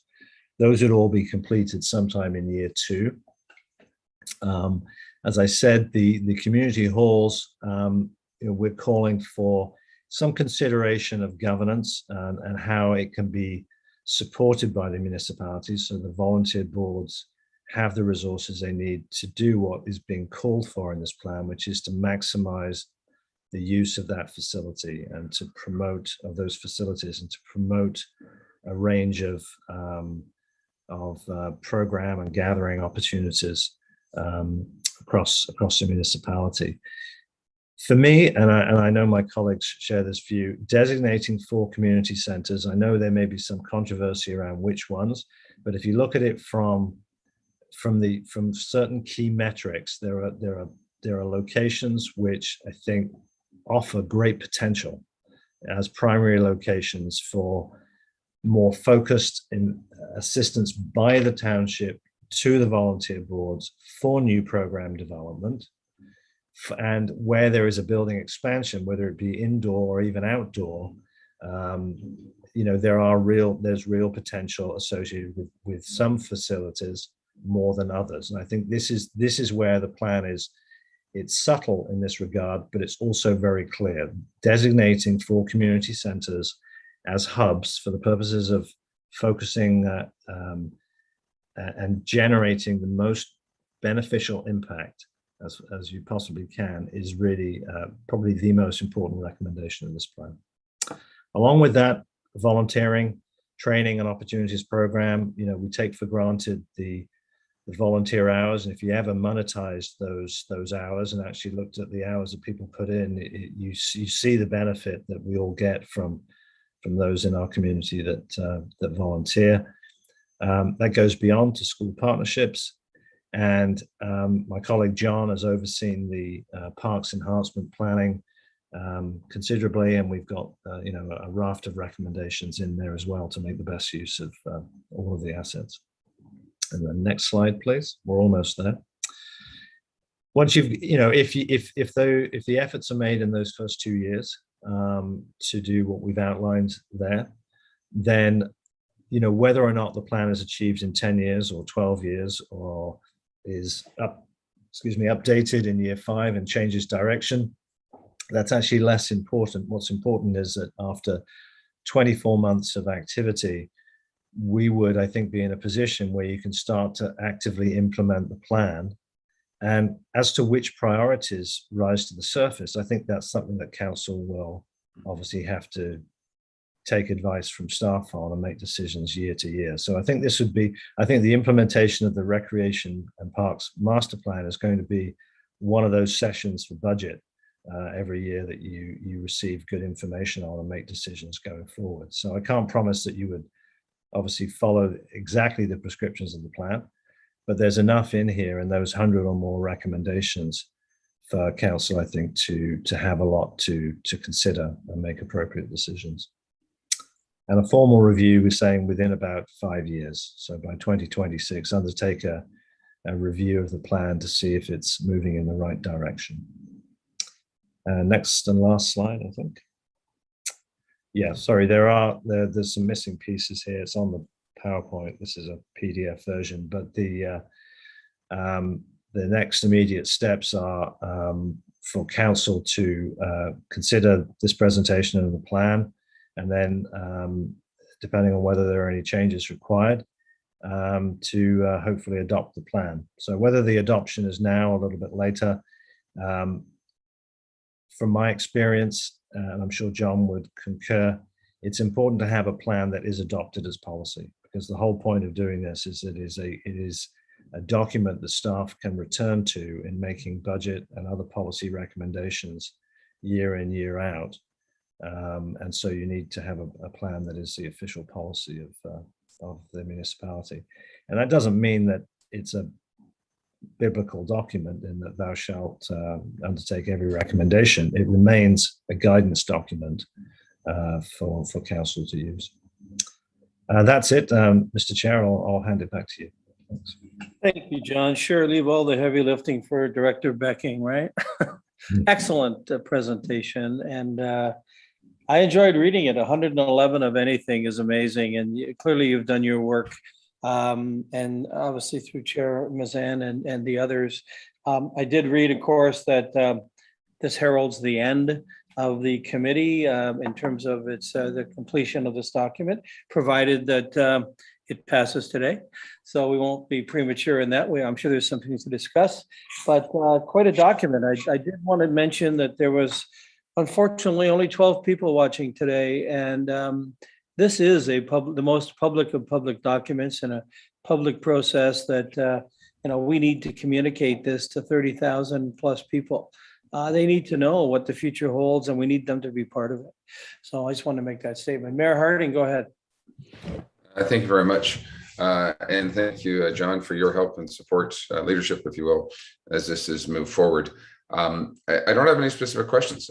I look forward to implementing this plan. Hopefully, the rest of committee supports the same implementation. There are going to be some tough decisions about what we do with some arenas. We've debated that for a number of years, but the full dry arena concept and creating two different opportunities, I think, is a good one and an opportunity for us. But I also I want to thank all of committee for working through this, and in particular, Councillor Mazan for her leadership as chair of this committee, moving it forward. Certainly, for the first time that I've noticed, a full in-depth plan to take our parks and recreation forward. So thank you to everybody involved, and look forward to taking baby steps over the next couple of years to implement some of this. Good, thank you. Thank you, Mayor. Now, listen, the rest of committee, if you would be so kind, fell into this trap last month. What I need to do is certainly first let Director Becking create the sense, put some of the meat on the bones, if you will, from John. And I'm going to ask Ken Becking, our director, to give us his report before we have any questions. I hope you're all okay with that. And there may be more questions as a result of it. So thank you. And Director Becking, you have the floor, sir. Thank you, Mr. Mayor, very much, Mr. Chairman. Members of committee, I won't repeat the excellent presentation from John. He I think encapsulated the key elements of what is before you. First and foremost, on from staff, I'd like to thank the committee members of the steering committee for the hard work that they've done. It has not been an easy year for any of them, and that needs to be acknowledged. The challenge before council will be, and the future councils, will be the implementation of this plan. I think there's a Chinese proverb, every journey starts with a single step. And this one is a journey, and and it does start with a single step, which is the endorsement of the plan. The step after that, quite frankly, is to take that that series of 111 actions and convert it into a implementation plan for this and future councils. And once you've set that direction, then it will be up to the councils, future councils, and staff to work the plan, to make it to come to fruition. John has done an admirable job in terms of laying it out in terms of a 10-year time horizon. But there's nothing carved in stone about 10 years. It could be 10 years, it could be 12 years, it could be 6 years. That is going to come about as part of a future decisions by future councils. And without question, there will be monetary implications. But you know, those decisions will have to be done with due consideration for fiscal responsibility to the electorate and to the taxpayers. This implementation plan, however, cannot be created in isolation of all of the other challenges that are facing the township. And so to that end, the implementation plan has to be developed with due consideration to the asset management plan, the soon to be completed fire master plan. As you're aware, you will be considering this afternoon the award of an assignment for a transportation master plan. Those will all impose, will have their own needs and wants, and council will have to consider the relative priorities and try and move forward. But at least what it will do is it will give you a series of actions for your consideration, and it will give you some goals, you and future council's goals for moving the municipality forward. And so with that, the staff recommendation is that you endorse the plan as it's presented, or as may be amended by any tweaks that you may wish to make. And at least that gets us started on this journey that we will be taking together. So with that, Mr. Chairman, I think I'll close my comments, and I'd like to hear from committee members as to their views. Thank you. Okay, good. Thank you, sir. So I'm going to just call on our CAO, Derek Hammond, to say a few words, sort of put a bow tie on this, and then we'll hit the floor for questions.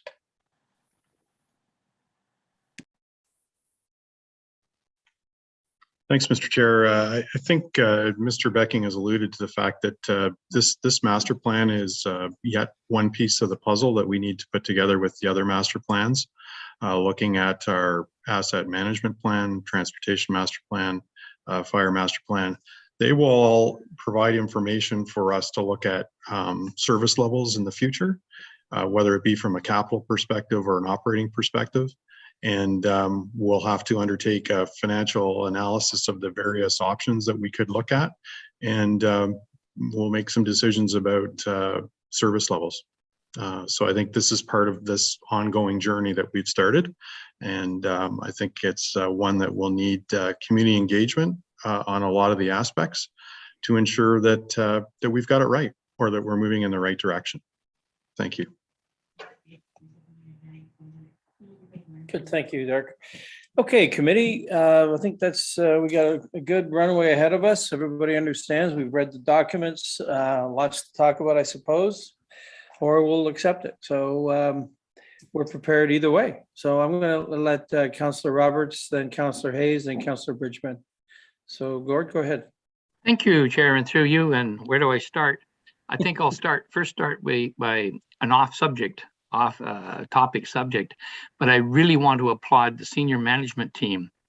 When I start seeing all these strategic plans coming to one point. And we need all this information. And they're all critical to make decisions. And future council will be in a good position, and it should be in the orientation package, all these strategic plans that they should come up on speed with, because there's many major decisions that have to be made. And this is I want to applaud them. I believe we're really moving forward with these plan first, and then, react and do what we need to do. I also want to applaud. I think this is one of the best reports we've had. One of the best. We've had a lot of good reports. It really does give us a roadmap for the future, 6, 10, 15, 20 years for Parks and Recreation, and the team that Councillor Mazin led there with the help of staff and Mr. Becking and the consultant. I think they did a wonderful job when I read through this with 111 comments. I would two points in closing here is that the background information on this, that there's so much information that staff will need, and I sure hope they have it more than in a PDF format, because I spent some times I couldn't read the 111, so I, with staff's help, got it down to a Word document so I could read it, and because on a presentation it's difficult, but they'll have it. They'll need the data to go forward. So I'm sure that Dr. Becking will take care of that. One small little tweak, and to one of the recommendations, I think there is 5 core areas that we talk about. If I remember them: Bella, Port Carling, Walker's Point, Milford Bay, but there's a whole corridor to our north, and I'll call it the 141 corridor, we have 3 community centers up there. We have a big population up there. I think that, and there's a boundary for them to come south. There really is. So I think we got to really concentrate on a core, that being a core area of the 141 corridor. For Parks and Recreation, specifically for arenas or ice pads, for the future 10, 15 years, and community centers and things like that. So I would hope that we could add that in there. It'll be a hard nut to crack, because the facilities up there are not the same as we have in the south. So again, thank you very much for a great report. And I see this report to be used by the Parks and Trails Committee, which I'm a member of, to redraft the Parks and Trails mandate for next term of council, or next term, because this is all in a nutshell what the Parks and Trails need to work on. Thank you. Good, thank you. Great words. I just wonder if we want to ask of Director Becking, when Councillor Roberts indicates more of a geographical bent, if you will, to the community centers, do you believe that you've included that? You've got your arms around it in this plan? Thank you, Mr. Chairman. Councillor Roberts raises an issue which is pertinent. The North has a series of community centers that are older than the average stock, and they face a lot of challenges. And the plan, I believe, does allude to the concern raised by Councillor Roberts, perhaps not as directly as perhaps council might like, and we can certainly look at tweaking that. But I think he has put his finger on a need that will need to be addressed in the future. How that is addressed is a discussion, quite frankly, for another day. But it does he does point out one of the challenges that we need to come to grips with in the future. Yeah, and it seems to me that as this unfolds and as the days, weeks, months go by, that will be a point of discussion. Councillor Roberts, are you okay with the language that it is? I guess where I'm going with is, if you want it changed, then we need to have that discussion. Yeah, on point number, is it 44? I think there should be some mention in there if I got the right number, Dr. Becking, that we mentioned the four areas.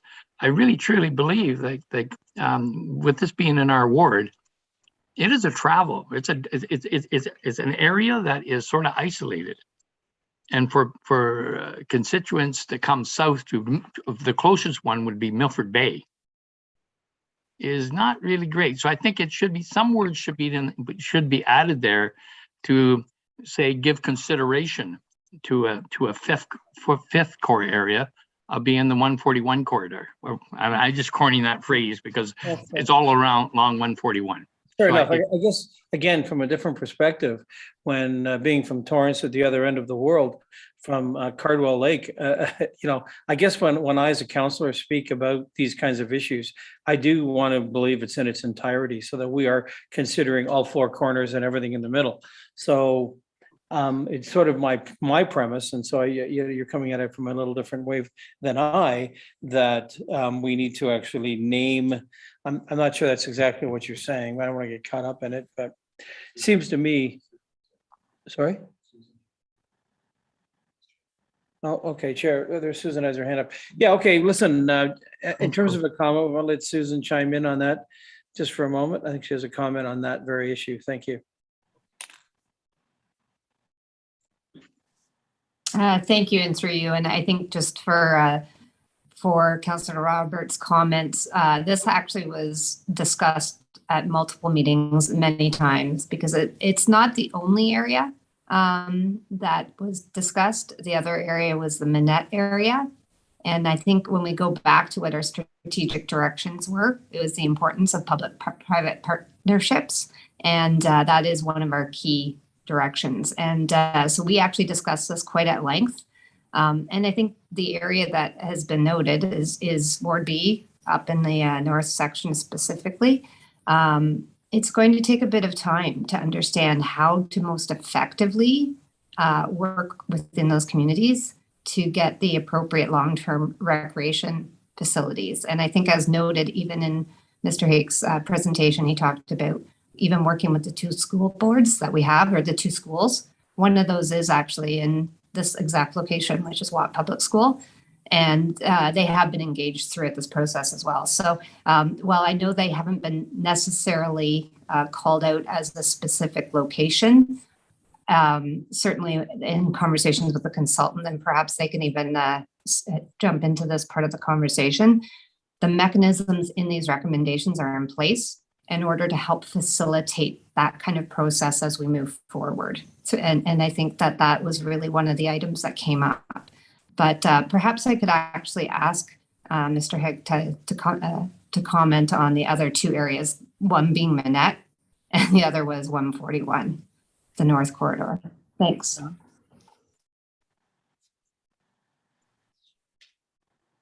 So Chair Maslin, was that me that you mentioned there? Yeah. Sorry, John, go ahead. Okay, through you, Mr. Chair. It was not it was a recognition that a lot of the ideal situation would be that we would have complete sort of geographic coverage and some sort of equity to it, so you could actually break up the large area in terms of drive time, etc. And then clearly, when you look at where we've sort of identified the hubs, there is a bit of a concentration, but it came down to, in our view, in sort of multiple criteria that you have to look at. It's about where would be best to put, if you had to put a couple of $1 million for an expansion of a footprint or to build additional outdoor amenities, where might you do it? And some locations are just better than others in that respect. You know, if I look at Milford Bay, for example, it's got a broad campus, and it's got a kind of building that can have additions to it. But I recognize there is probably some further conversation that you may wish to have on this. But we looked at it from multiple perspectives. And so as much as, just take Minette as an example, as much as having visited that tremendous location and seen the building, it still is on the smaller side for expansion, for example. And there are some limitations. So we're just putting our proposals forward where we think it's going to end up with best value for money. And we recognize in all of these things, and the same with the arenas, some people are going to have to drive further than others. And we just need to make sure that we support the existing community centers as best we can as well, but without making the additional investments over and above accessibility in those locations. Okay, good. Thank you. Okay, Gord, hopefully good thumbs up. Thank you for that. Okay, thank you all. So Councillor Hayes, then Councillor Bridgman, then Councillor Kelly. Thank you, and through you. Just for history, we did have a recreation community center coordinator on staff in the past. It did not work out as well as we anticipated. And so that we don't repeat our mistakes, the community has to have a large voice in anything that happens in their area, and relying on the hall boards as they're the voice of the residents is, and they are aware of the needs of the area, is something that we should be making sure that we always check back with, because we want this plan to be a success. And the only way it's going to be a success is if community makes it one. I have a question about volunteers and insurance, but I think that's best for the insurance later on today. I would like to know, I know that John touched on the differences between hubs and spokes for expansion and area and the ability to handle more programs. But if I'm going to endorse something that's going to say these communities are hubs, these communities are spokes, is there anything more other than the potential of programs and potential for expansion that would be affected?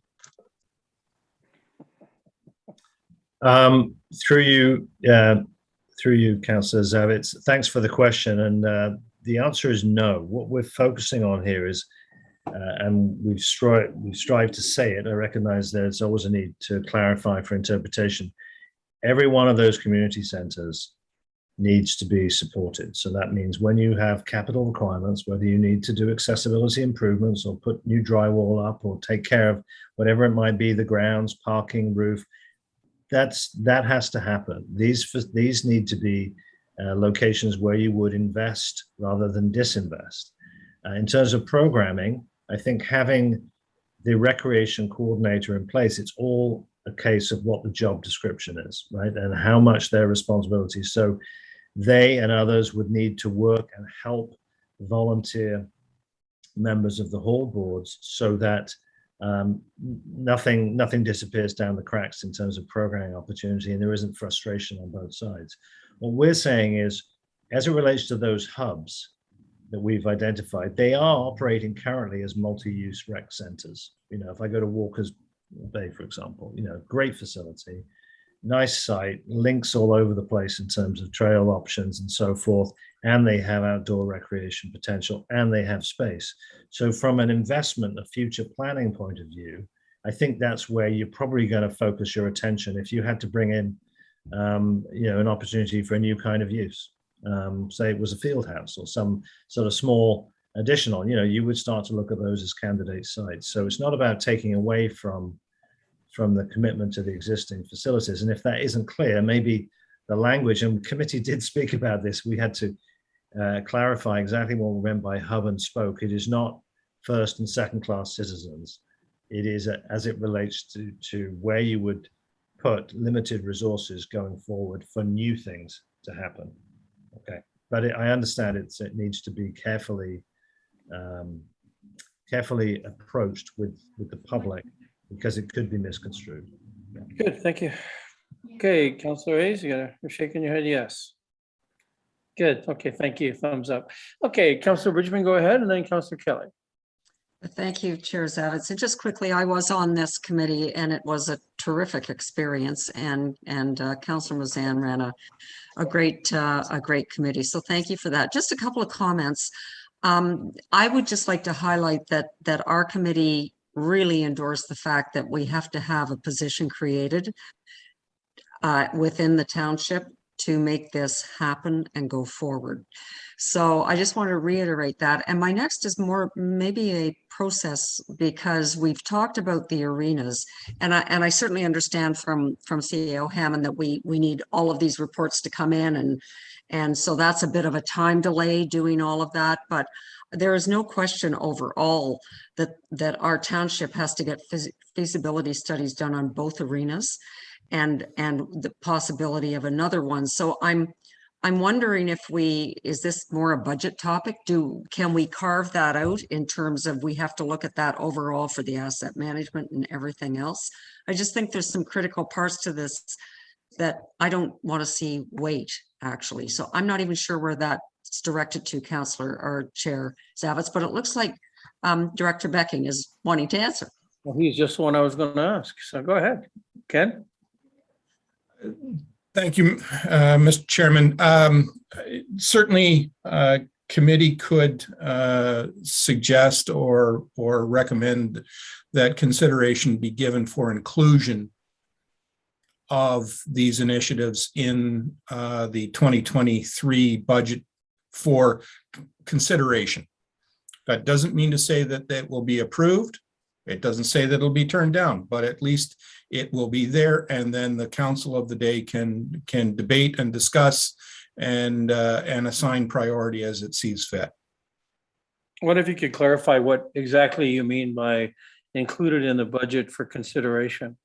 Well, with that, Mr. Chairman, I'm referring to that staff will include it within the draft budget. It will be up to the council that approves the budget to decide whether it stays in the budget or gets deferred for a future year. Okay. All right. Okay, Councillor Kelly. Sorry, thank you very much. And through you, I think this is a terrific result. I want to thank the committee and the members and the two Johns, the consultants on this thing. There's a lot to like here, but from my perspective, the thing that's most important is it's a first big step in moving to sort of a community development, a permanent year-round community development stance.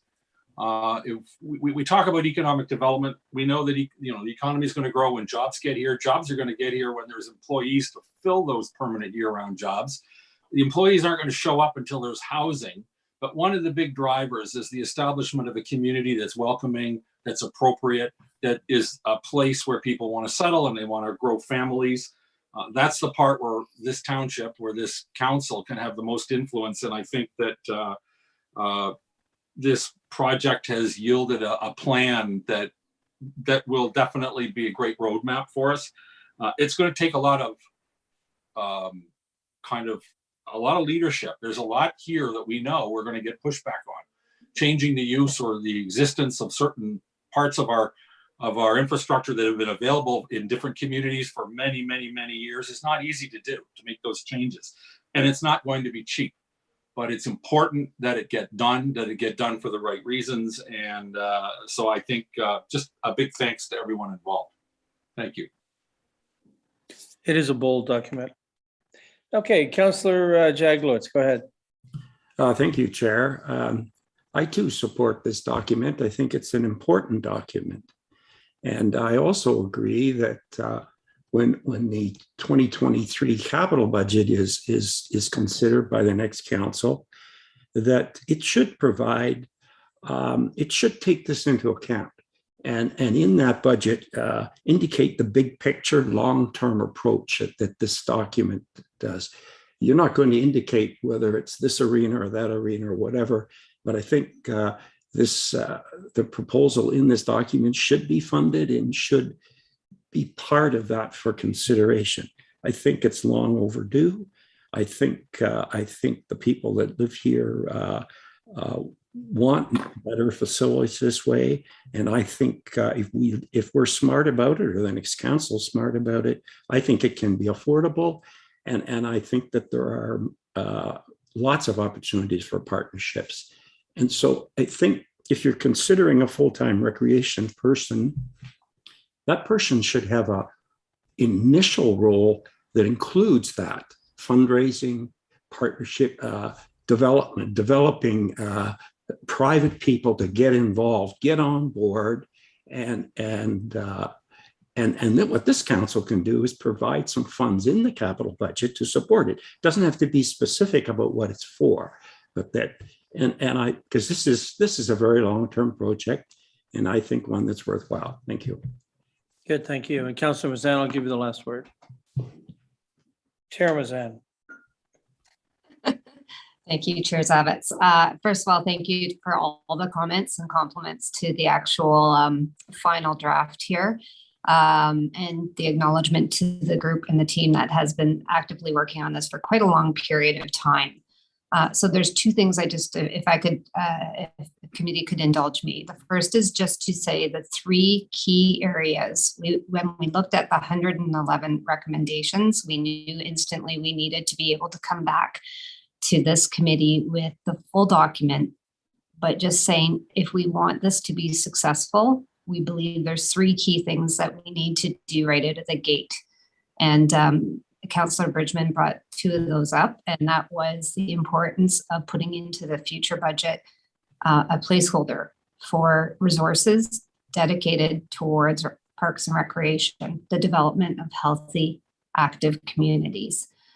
The second thing within the budget was to immediately start action on feasibility studies for the arenas, so we can start making good decisions as we move forward on those two arenas and what that future looks like.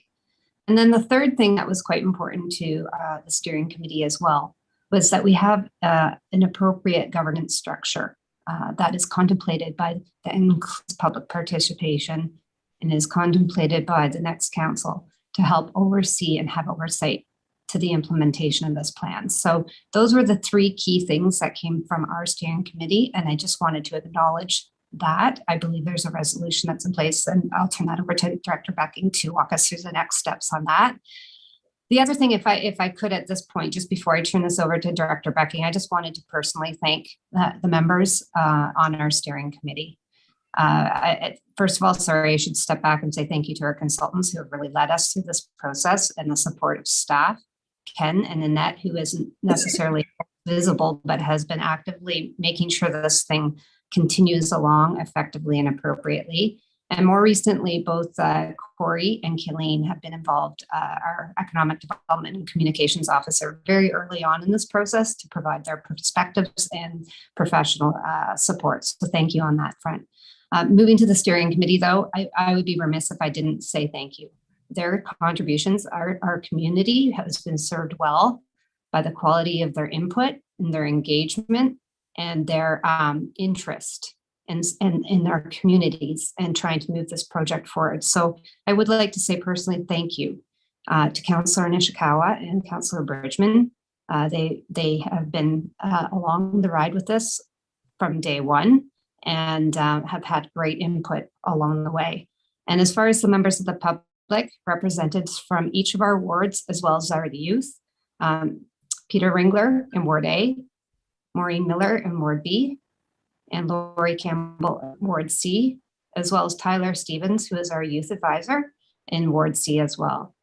Their contributions were significant. So I wanted that on the public record that they've been a huge, huge part of this plan. And I look forward, hopefully, to having them involved in some capacity moving forward.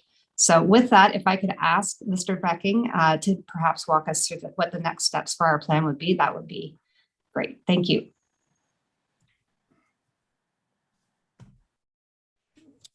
Through you, Mr. Chairman, then there is a resolution before you. Assuming that council or committee rather is prepared to endorse the plan, it will go forward to council, who will adopt the plan, hopefully at its July meeting. And then staff will commence the process of putting together at least sufficient of the implementation plan so that we can start moving forward to deal with some of the most critical recommendations that have been outlined for you today. Good, thank you. And I do have that resolution in front of me here and now, and seeing no or hearing of no objections here, I will read this. Moved by Councillor Bridgman, seconded by Councillor Roberts. Be it resolved that the General Finance Committee endorse the recommendation of the Recreation, Parks, Trails, and Facilities Master Plan Steering Committee with respect to the draft Parks and Recreation Master Plan prepared by Sierra Planning and Management and dated June 1, 2022, attached as Appendix 1 to report number PW-2021-035. All those in favor? That's carried, unanimous. Thank you, committee. For the last time, thank you all. Excellent, excellent work. It's just begun, so thank you all. John and John, thank you for being here today. Appreciate it. Have a great day. See you soon. Okay, committee, we're at item 5B, which again is Director Becking, Core Infrastructure Asset Management Plan, Sections 5 and 6. Ken, you've got the floor. Thank you very much, Mr. Chairman. I'm sorry. Oops. Sorry, Councillor Bridgman had your hand up. Thank you very much, Chair Zavitz.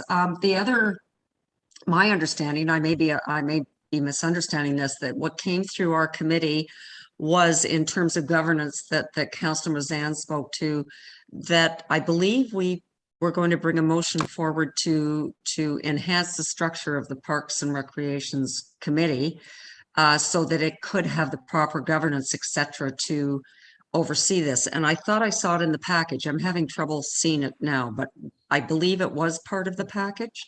And that would sort of finish off this section, or just help me out on this. So we're looking through it now. Thank you for the question.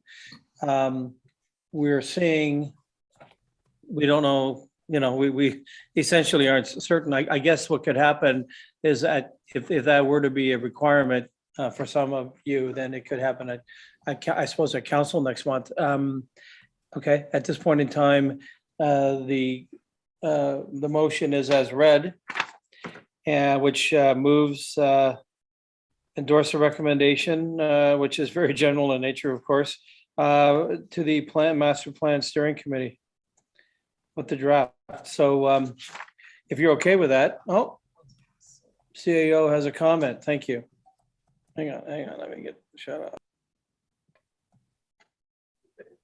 Chairman, just for clarity, and Mr. Becking can confirm this, but by endorsing the recommendation of the steering committee, my understanding was that the items that were listed by Councillor Mazan were included in that original steering committee recommendation. So you in effect have endorsed that recommendation. Again, Mr. Becking might be able to add clarity. Thank you. Mr. Chairman, if council will refer to the attachments to the report, the first attachment is in fact the resolution from the steering committee, which I would interpret as being endorsed by the resolution that this committee has just passed. Okay, good all. Okay, there's a thumbs up. Okay, so thank you for that. And we'll move on again. 5B, Ken, Director Becking, you're going to talk to us items sections 5 and 6 on the Core Infrastructure Asset Management Plan. Thank you. Go ahead. Thank you, Mr. Chairman. This will be the final installment of the elephant that I've presented to you over the course of the last several months. Section 5 deals with the financial implications inherent within the plan.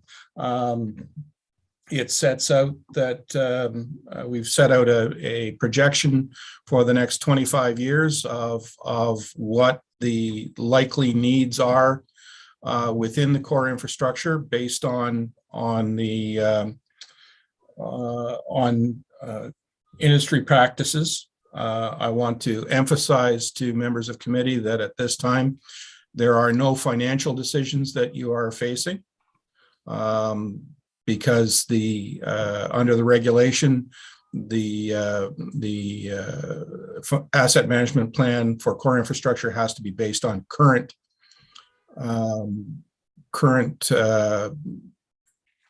levels of service, but it does set out for you the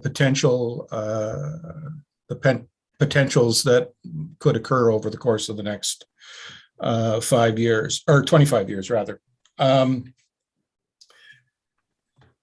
Once we get to the next phase of the plan, where you start to include the non-core assets, that will round out the picture for you in terms of the potential challenges that will be faced. And as we've discussed with the previous plan, these plans are not mutually exclusive, but rather have to be coordinated and considered as part of a broader approach to dealing with setting the future direction of the municipality from a financial perspective.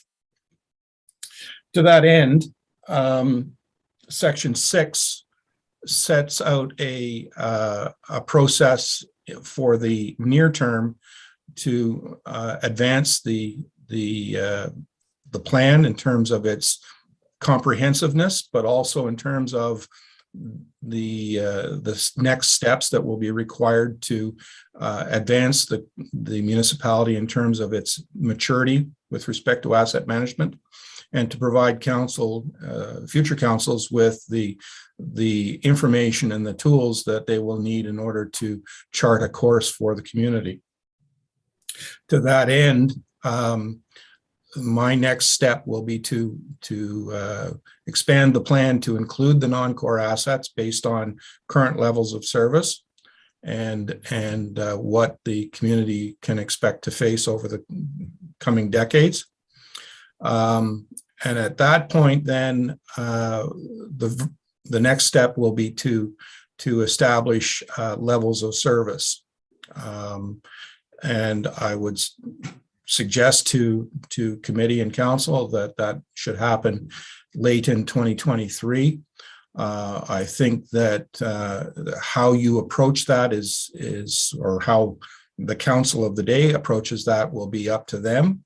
But certainly I would suggest that consideration should be given to perhaps looking at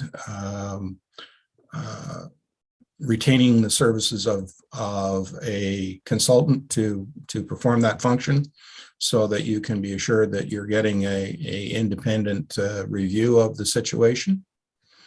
And then that will all be brought together in 2024, along with the other various master plans and other strategic documents to chart the financial course for the municipality. With that, Mr. Chairman, I will be happy to answer any questions that committee may wish to have. Good, thank you. And I do note on our staff recommendation that you put forward, the second item, it does indicate that committee members forward any comments and questions to the director for explanation or further consideration. There's no time reference there, but I suggest that over the next 3 weeks, which would then allow you to bring it forward to council. That is staff's desire, Mr. Chairman. I'll just remind the committee that under the regulation, the core asset management plan is required to be in place by July of this year. So if committee members would please forward your comments to me as promptly as you can, that will then allow me to make whatever adjustments or whatever need to be made, and then I can consolidate all of the sections into one final document that you will then consider at your July meeting. Okay, good. So I don't know that we'll change. We won't amend the resolution I'm about to read, but we will look to committee to ensure that we get our comments, thoughts, and interest level to Director Becking over the next few weeks, if you will, so that he can craft that final document for our July meeting and subsequent engagement. Okay, I see no comments, no questions, no hands up. Okay, committee. Moved by Councillor Edwards, seconded by Councillor Nishikawa. Be it resolved that the drafts of sections 5 and 6 of the asset management plan be received, and that committee members forward any comments and questions to the director for explanation or further consideration. And that Glenn, sorry, was that moved by Councillor Edwards, who's not here? it is moved by Councillor Edwards. So yes, thank you for that. Moved by Councillor Hayes, seconded by Councillor Nishikawa. Be it resolved that the drafts of sections 5 and 6 of the asset management plan be received, and that committee members forward any comments and questions to the director for explanation or further consideration, and that a consolidation of version 1 of the asset management plan be provided for council's consideration. All those in favor? That's carried unanimous. Thank you, committee. Okay, thank you, Director Becking. You've done a credible job today. Thank you, sir. And every day. Item 6A, we have a report from Chriselle Story on the sale of an original road allowance, Allison, roll number 2-6-039, and her report is as follows. Go ahead, Chriselle. Thank you, Chair Zavitz, and good morning, committee. I'll be super brief. The townships received an application for the sale of an original road allowance from an abutting landowner, and I'll turn it back to you.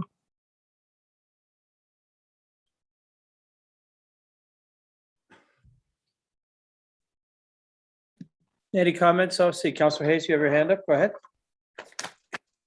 I do. One quick question through you.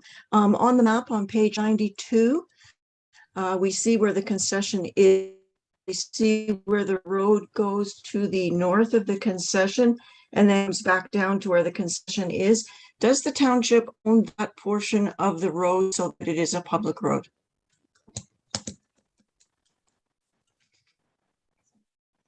Michelle, go ahead. Can you just clarify which part of the road she's asking?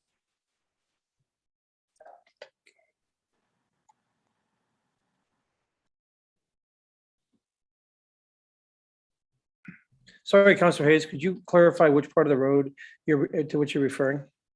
Yeah, if you look at the map on page 92, there is travel road just above where the concession is in red. And then it comes back onto where the concession is further to the right. I'm just wondering if that is a public road that the township owns or whether that is a private road. Because I would hate to sell a concession and then have the private road shut down and we're in a little bit of muddle. So I'm just wondering what that access is along the top, if it's private or if it's public, and is the rest of the road private or public? Good, thank you. We're just going to get clarification of that to your question. Through you, Chair, from my understanding, that is township owned. I don't know if it's township maintained, but it is owned by the township.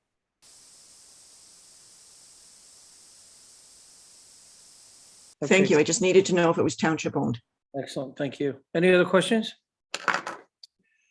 Okay, given there aren't any, moved by Councillor Hayes, seconded by Councillor Mazan. Be it resolved that original road allowance application ORA/04/22 Allison be approved, subject to the following conditions.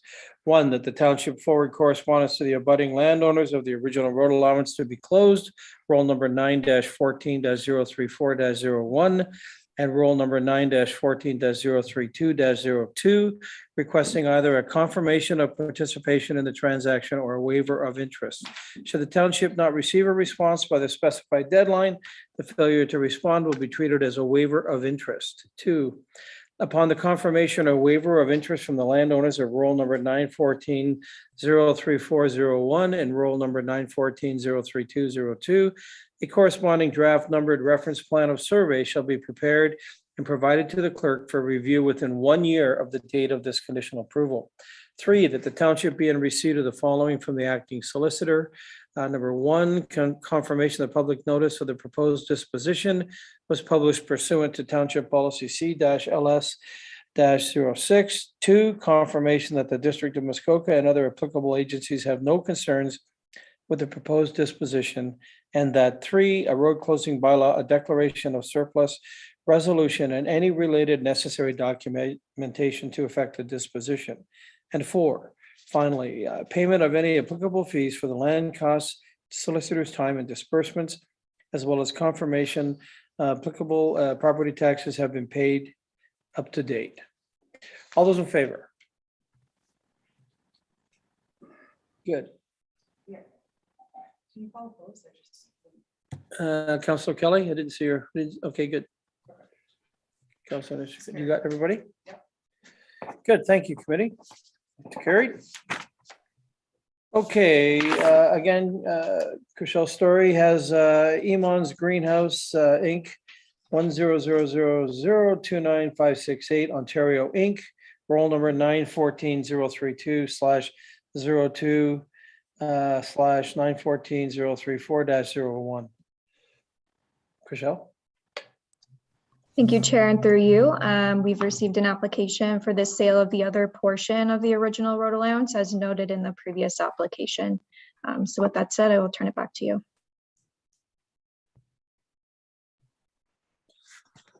Okay, committee, any questions? Okay, I'll read this. Moved by Councillor Jaglowitz, seconded by Councillor Kelly.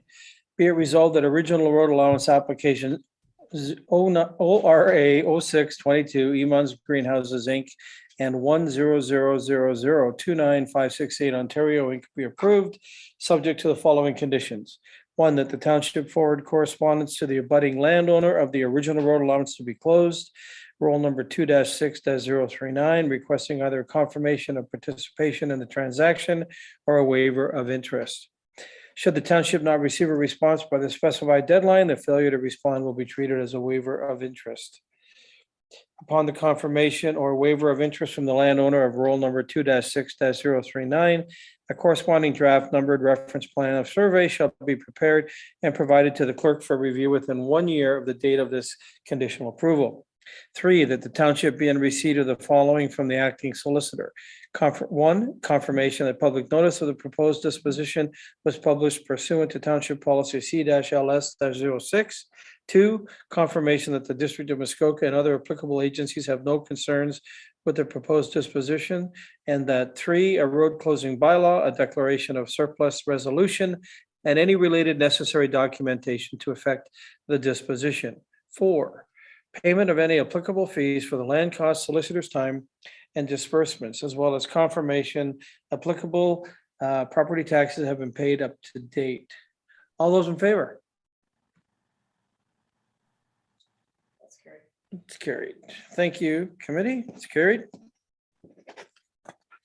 And we have one more. We have item C, report from Chriselle Story, license agreement application Nesbitt Smith, roll number 7-1-027-10. Chriselle? Thank you, Chair, and through you.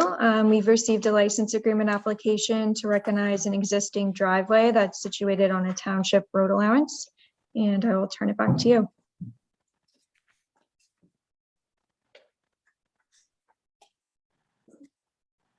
Good, thank you. Committee? Okay, it's all good. Moved by Councillor Roberts, seconded by Councillor Bridgman. Be it resolved that license agreement application LA 0622 Nesbitt Smith be approved, subject to the following conditions. 1, that a draft numbered reference plan of survey be prepared and provided to the clerk for review within 1 year of the date of this conditional approval. 2, that the township be in receipt of the following from the acting solicitor. 1, the confirmation of a title search that the applicant is the owner of abutting land and that the encroachment is located on township land. And 2, a draft license agreement to the satisfaction of the township. 3, that the applicants provide proof of liability insurance covering the encroachments in the minimum amount of $2 million with the township named as additional insured. And 4, payment of any applicable fees related to the preparation of the license agreement, including but not limited to the solicitor's time and disbursements, as well as confirmation applicable property taxes have been paid up to date. All those in favor, committee? Good, thank you. It's carried. Okay, thank you, Michelle.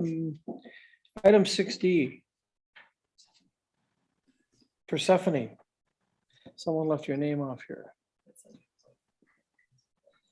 We're going to invite Persephone to come forward. She has a report for us as it relates to the general information and correspondence procedure review. Persephone, go ahead. Thank you, Chair, and good morning, committee. At the April 13th, 2022 General Finance Committee meeting, committee requested staff prepare a report regarding the township's general information and correspondence procedures. Prior to March 2021, general information and correspondence sent to the township was emailed to members of council as it was received. Council feedback on this approach noted it was difficult to keep track of. In March 2021, the township updated procedures and created a section on the general finance agenda for general information and correspondence with the goal of maintaining an easily accessible list. The process for placing an item on the agenda for discussion and or debate remained consistent through both procedures. It is required that members of council contact the clerk to request an addition, provide the name of the mover and seconder, and collaborate with the clerk to create draft resolutions and other necessary materials. In preparing this report, the clerk's office sought feedback from several other municipalities regarding their general information and correspondence procedures. Following a review of the responses, staff has determined that an update to the method of delivering general information and correspondence is required. Therefore, staff recommends that a general information and correspondence page be created on the township website and that the method for placing an item on the agenda remain the same. I'm happy to answer any questions. Thank you. Great report. Very topical. Alan Edwards isn't here to speak to his favorite topic, so someone will have to do it for him. Committee, I'm not seeing any comments. I might comment then that I think this is a wonderful solution for the public, as we are in the public eye and everything is transparent. Certainly gives them an ideal place to go, very easily sourced. I am in support of this. I'm not seeing any other comments, thoughts. So, okay, good. Look at that. Moved by Councillor Nishikawa, seconded by Councillor Roberts. Be it resolved that the proposed update to the general information correspondence procedure outlined in staff report LS-2022-028 be approved. All those in favor? Good, that's carried. Thank you. And thank you, Persephone. Great report. It's a win. Thank you. Item 6E is a report from our legislative director and clerk, Lauren Tarasic, as it relates to amendment C-GG-08 regarding the public delegation policy. So I'll give the floor to Lauren. Thank you. Lauren, go ahead. Thank you, and through you. Thank you, and through you. So we're here this morning to recommend clarifications to the public delegations policy. And these clarifications, we hope, will improve efficiency and improve accessibility and understanding for the public of this public delegations policy. Currently, as you're aware, there are references to public delegations and public comment found. Oh, can't hear me? We're good? Sorry, I'm getting a bit of an echo. I don't know whether anyone else is. Everything's off. Okay, let me know if you can no longer hear me and I'll restart. Okay, so as you're aware, there's references to public delegations and public comments in multiple policies and bylaws in the meeting agenda policy, the procedural bylaw, and the public delegations policy. And we're hoping that with this update to the public delegations policy, the public will have a better understanding of how delegations are made and how public comment comes about. Generally, as you're also aware, the clerk's office manages the procedural aspects of committee and council meetings and assists with the managing of delegations. And right now, the current policy requires requests to come directly to the CAO within 7 business days. So with this update, we're going to improve quality or improve efficiency and hopefully have these delegation requests made directly to the clerk and remove the business day requirement to eliminate any confusion that's happened in the past regarding that requirement. So subject to your any of your questions, that's the report before you.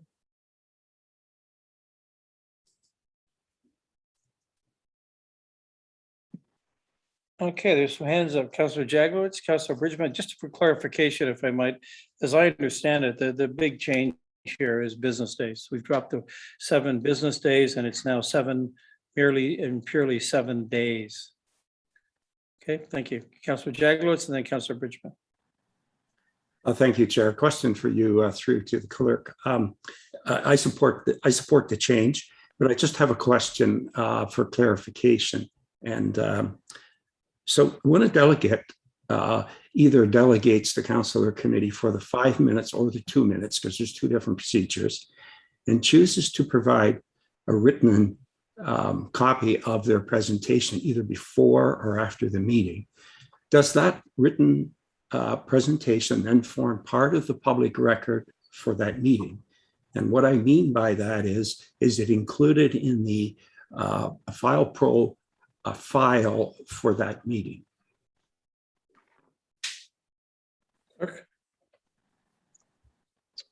Where we receive, just to clarify the practice, where we receive written submissions, I mean, this practice also changes depending on when we're dealing with public submissions under the Planning Act or what the actual item of correspondence is, but I'll talk about this hypothetically and generally for this exercise.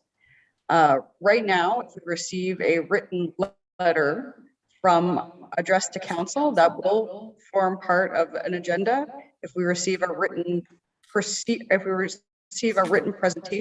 that was brought up on the screen or some sort of PowerPoint before council, we will also attach that and make that available to the public. Any sort of document that was before council to be considered from the public essentially forms part of the public record after and gets uploaded to the file pro. So hopefully that adds some clarity. Quick supplementary. Go ahead. Yeah, you said a lot of conditions there. So I'm just zeroing in on one particular case where a member of the public speaks for either 5 or 2 minutes and provides a written copy of what he's presenting, he or she presenting, either before or after. Will that form part of the public record? That's a simple question.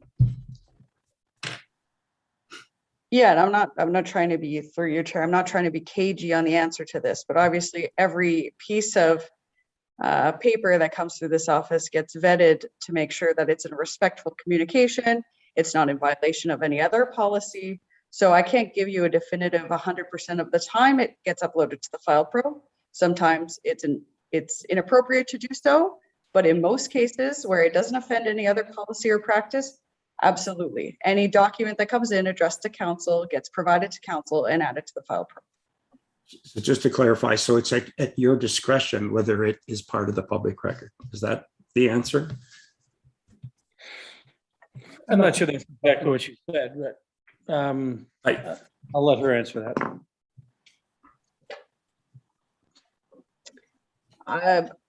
I don't think that it's necessarily at the clerk's sole discretion. I think the Legislative Services Office is reviewing the correspondence to make sure it conforms with all other policies and procedures that have been enacted by this council or any other committees. So it's making sure that all of those policies and procedures are followed.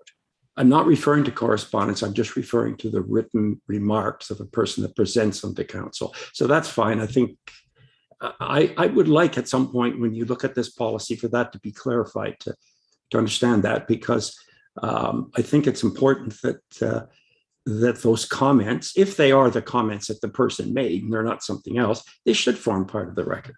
Anyway, thank you. Thank you. Is this the time to do that? If we're repealing and replacing this, wouldn't this be a good time? If that is if committee so desires that to be a requisite. I might let the mayor chime in here because he's got lots of experience at it. Mayor Harding.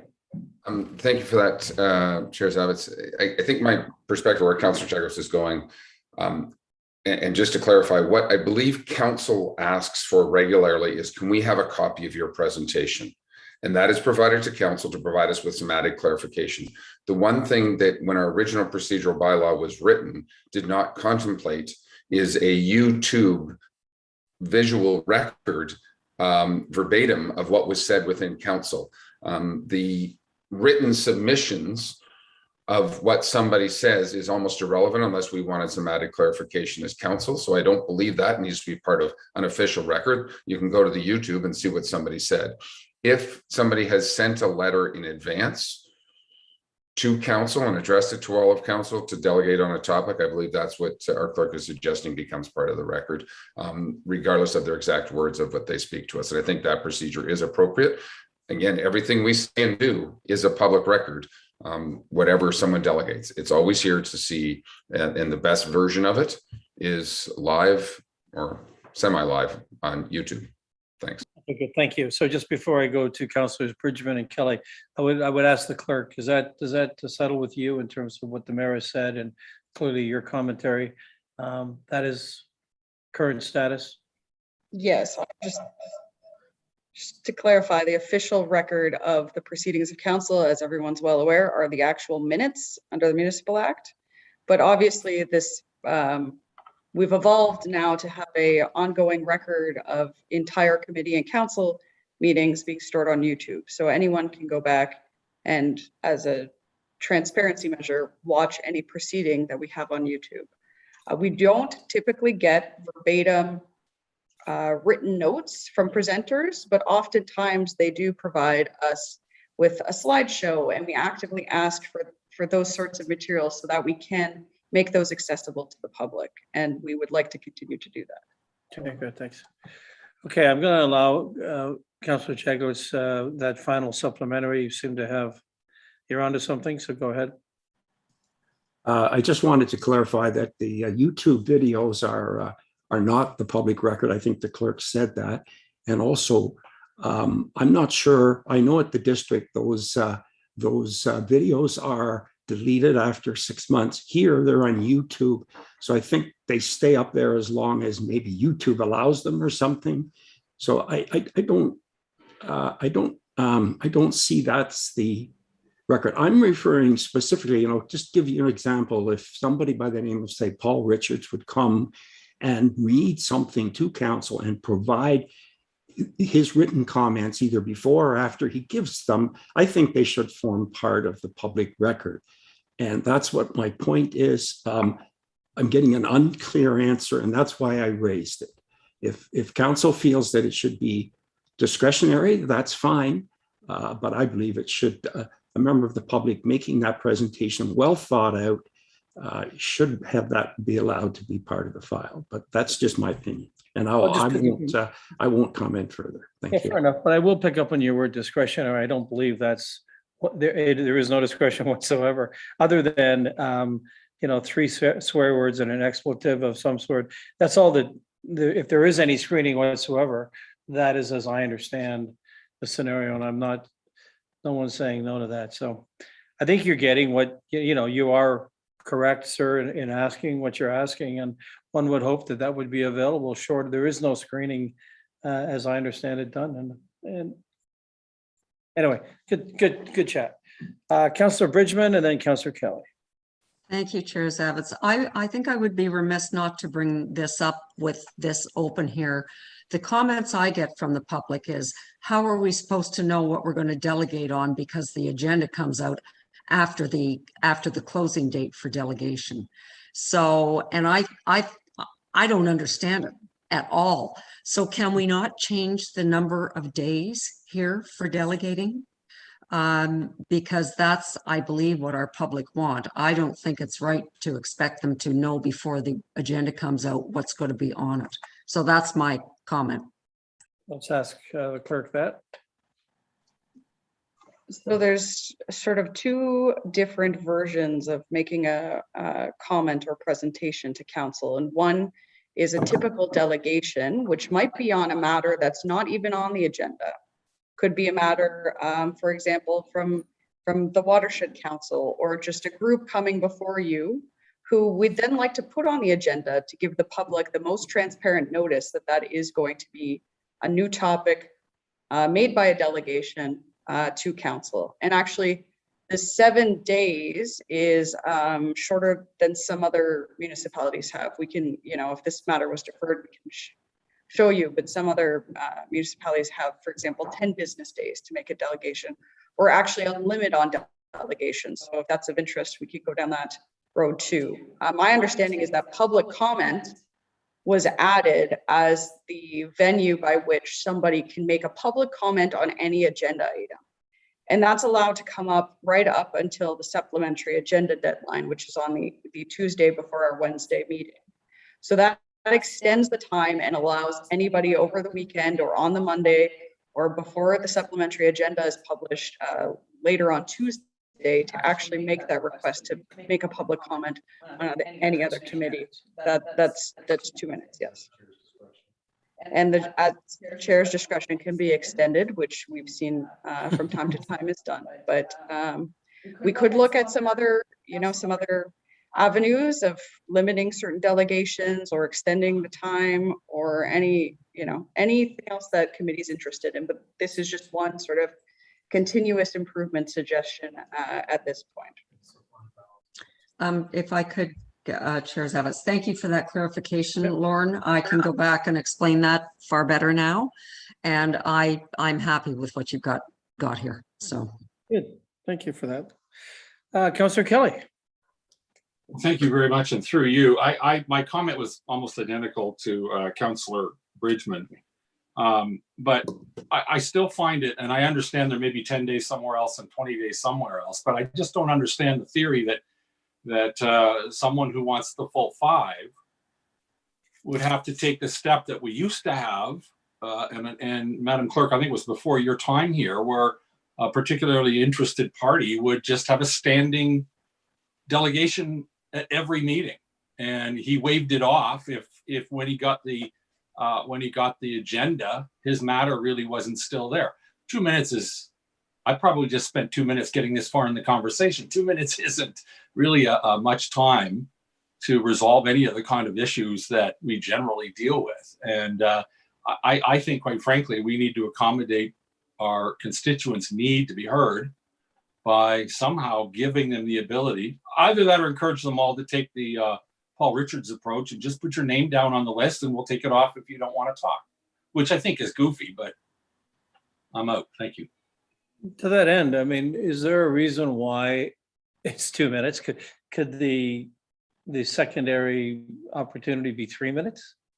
I mean, if we increase it, I'm getting no answer there.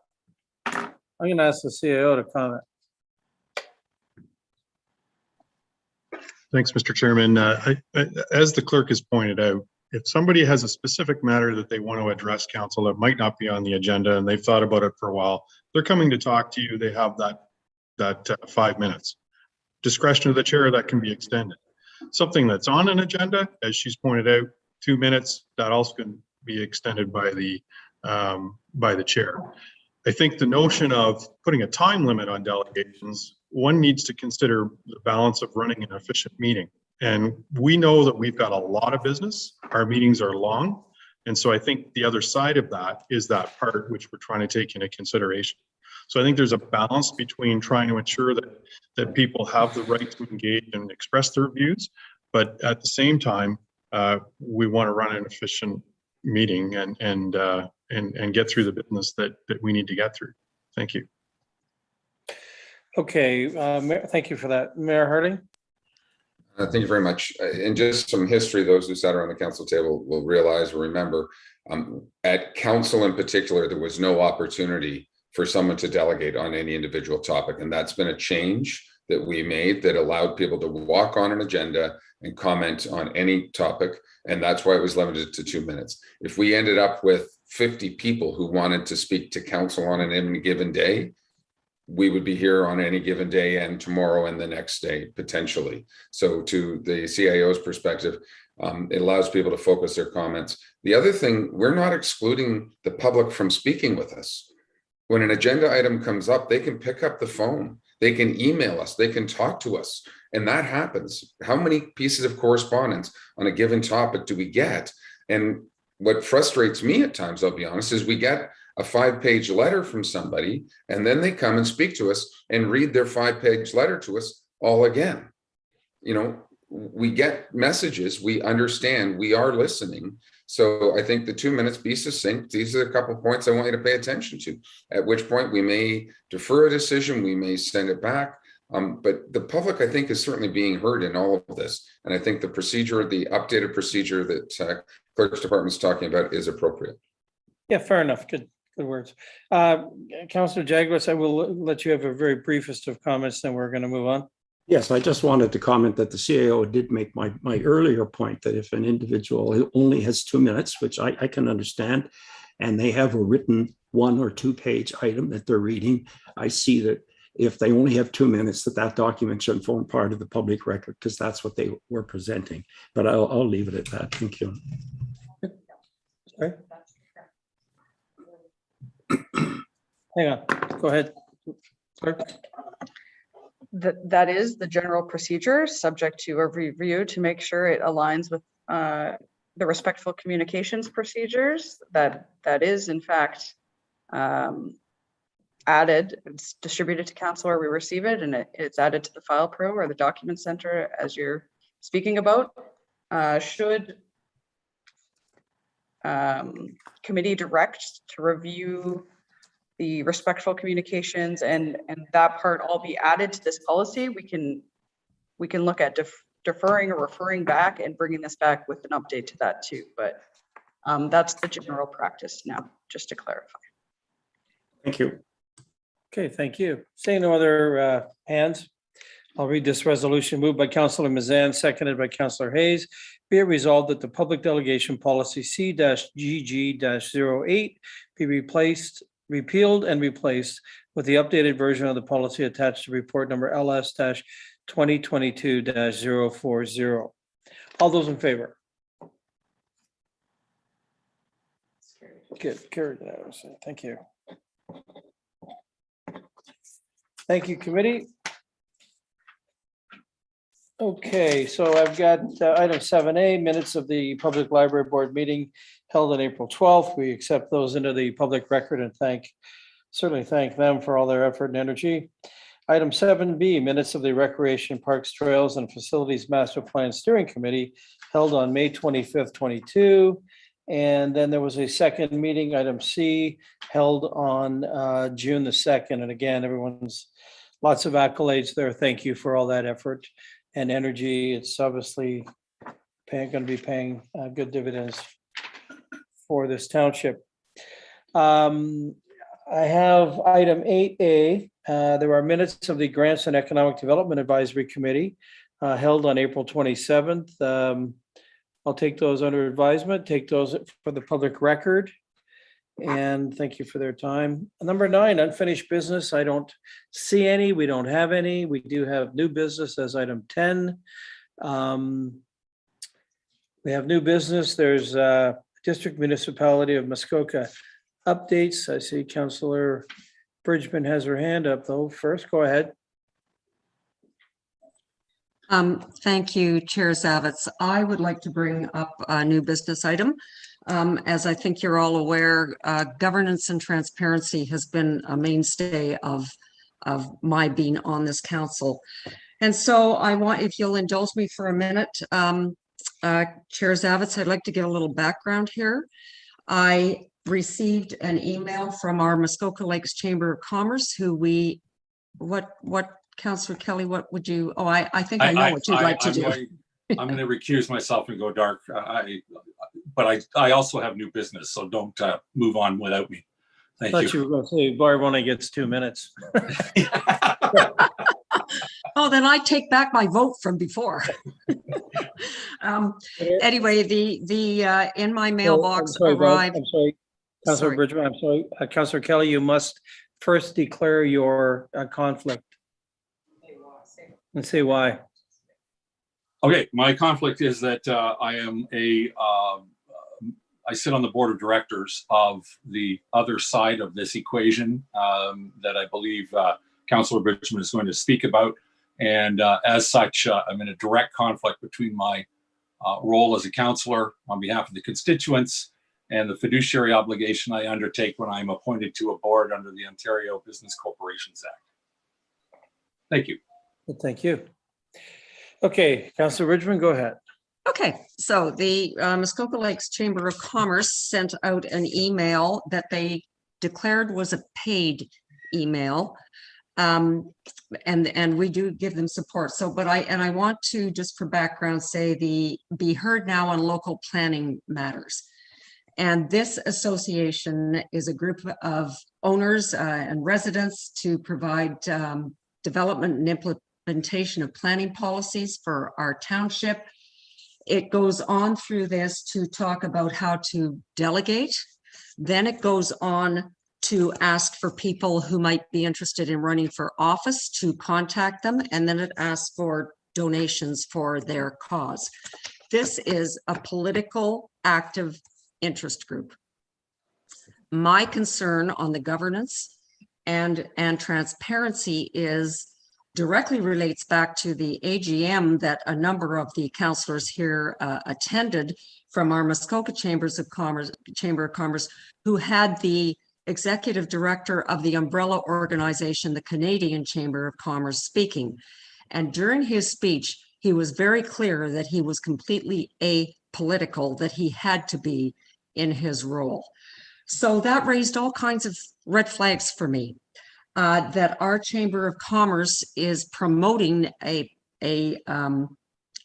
political interest group. So through you, Chair Zavitz, I have a couple of requests that I'm going to ask. I would like to have the president of the Muskoka Lakes Chamber of Commerce report back to us next month, explaining what their policies are in terms of being apolitical, and help me understand this send out email that happened. I also had asked about our memorandum of understanding with the Chamber of Commerce. I believe we should have that opened up and rewritten to ensure that any money that we give any organization does not involve political stances by those organizations. It's not right that our taxpayer dollars go to organizations that are politically active, in my humble opinion. And after that, I think in terms of my comments, I cannot take taxpayer monies and give them to organizations that are politically active. And that would include the Muskoka Lakes Chamber of Commerce.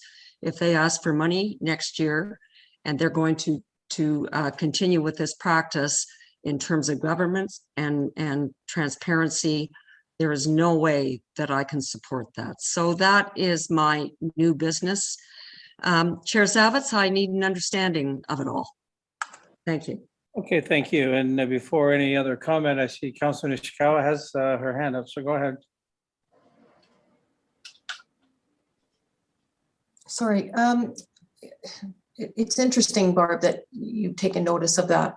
In fact, to the chamber, I would say in around 2005, 2006, many groups became chamber members. And in fact, some people that don't run businesses in our township and don't have anything to do about business, what we normally would consider what a chamber activity would be, took out memberships. So, you know, the same with the MLA, they all have memberships.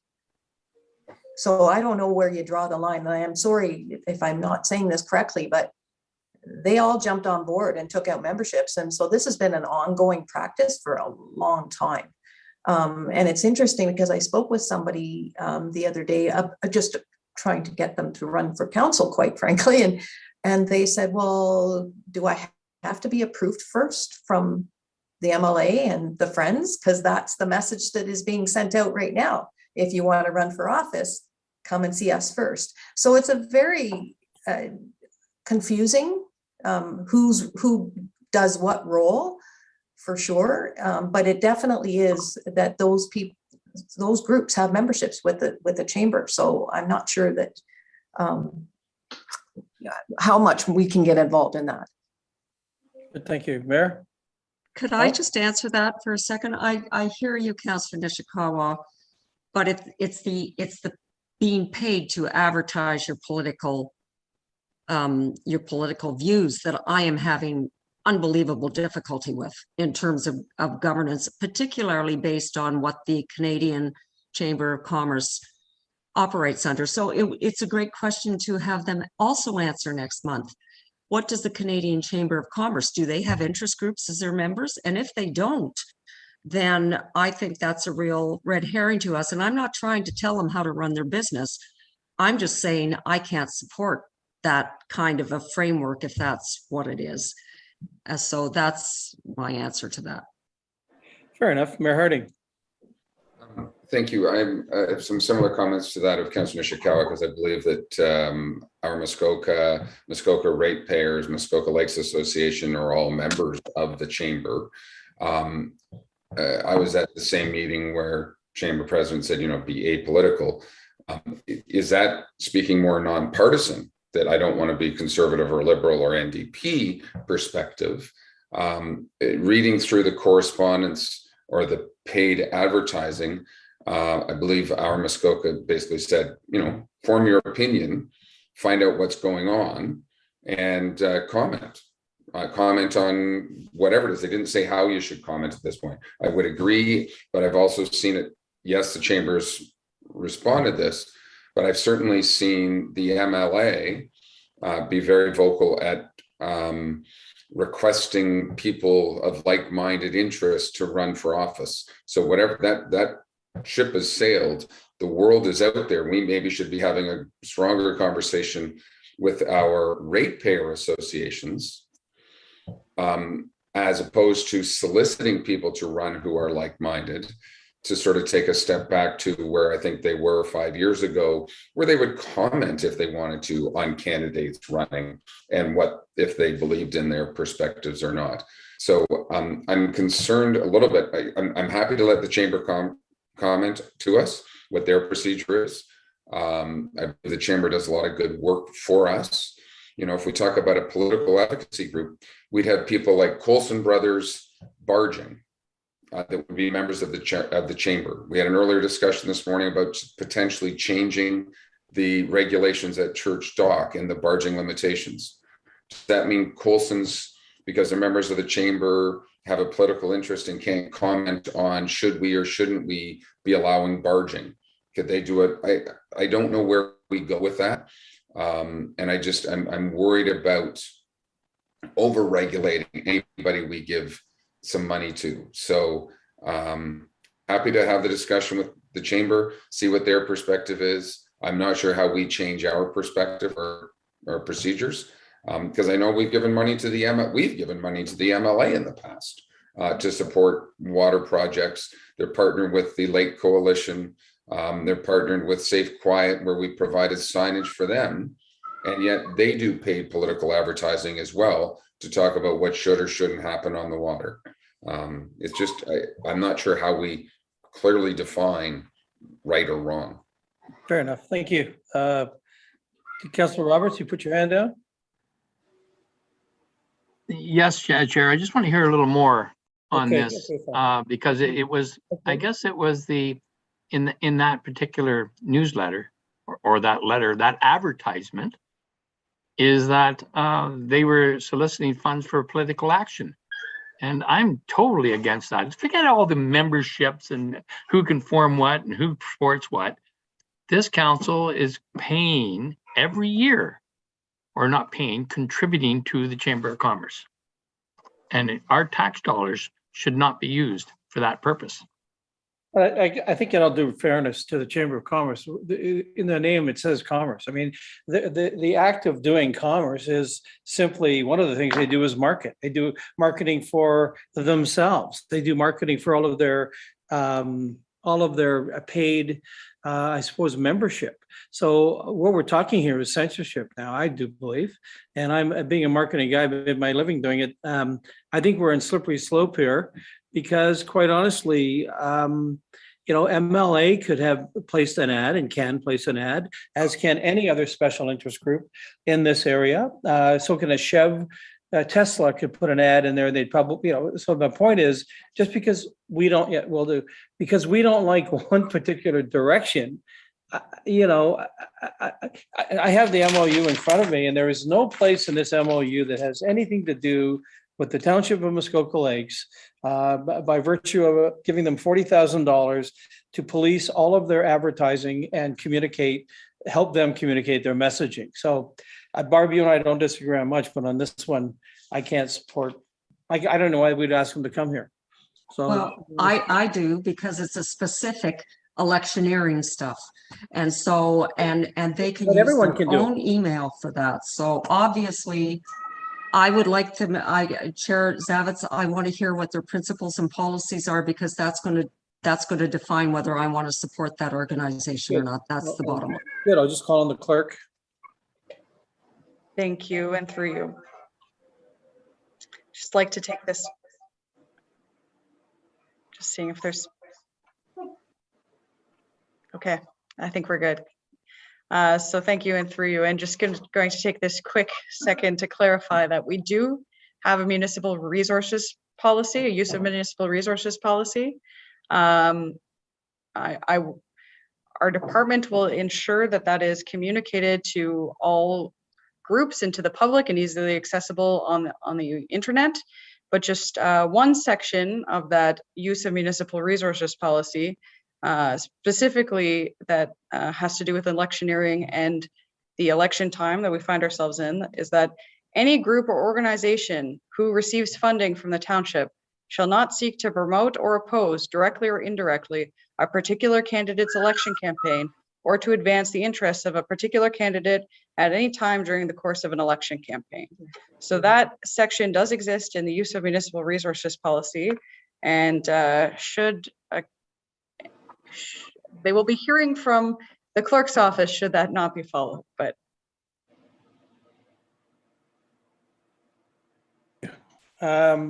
Councillor Hayes. Thank you, and through you. I think if this had gone out in the e-blast as an update from Muskoka, I would have concern with it, because that would have been endorsed by the chamber. It was not. It was a paid email blast. It wasn't directed at any particular person, or it was just saying, if you're interested, come and see us. So because it's an advertisement, I don't have, there's a level of comfort there, because anybody can advertise anything as long as it doesn't do that. So because it wasn't part of the actual e-blast, because it was a paid advertisement, and they said that, I have some comfort. Good, thank you. Now, as we do have a vehicle for the Chamber of Commerce as their voice at the Economic Development Committee, and we will be meeting later this month, which would be before next month.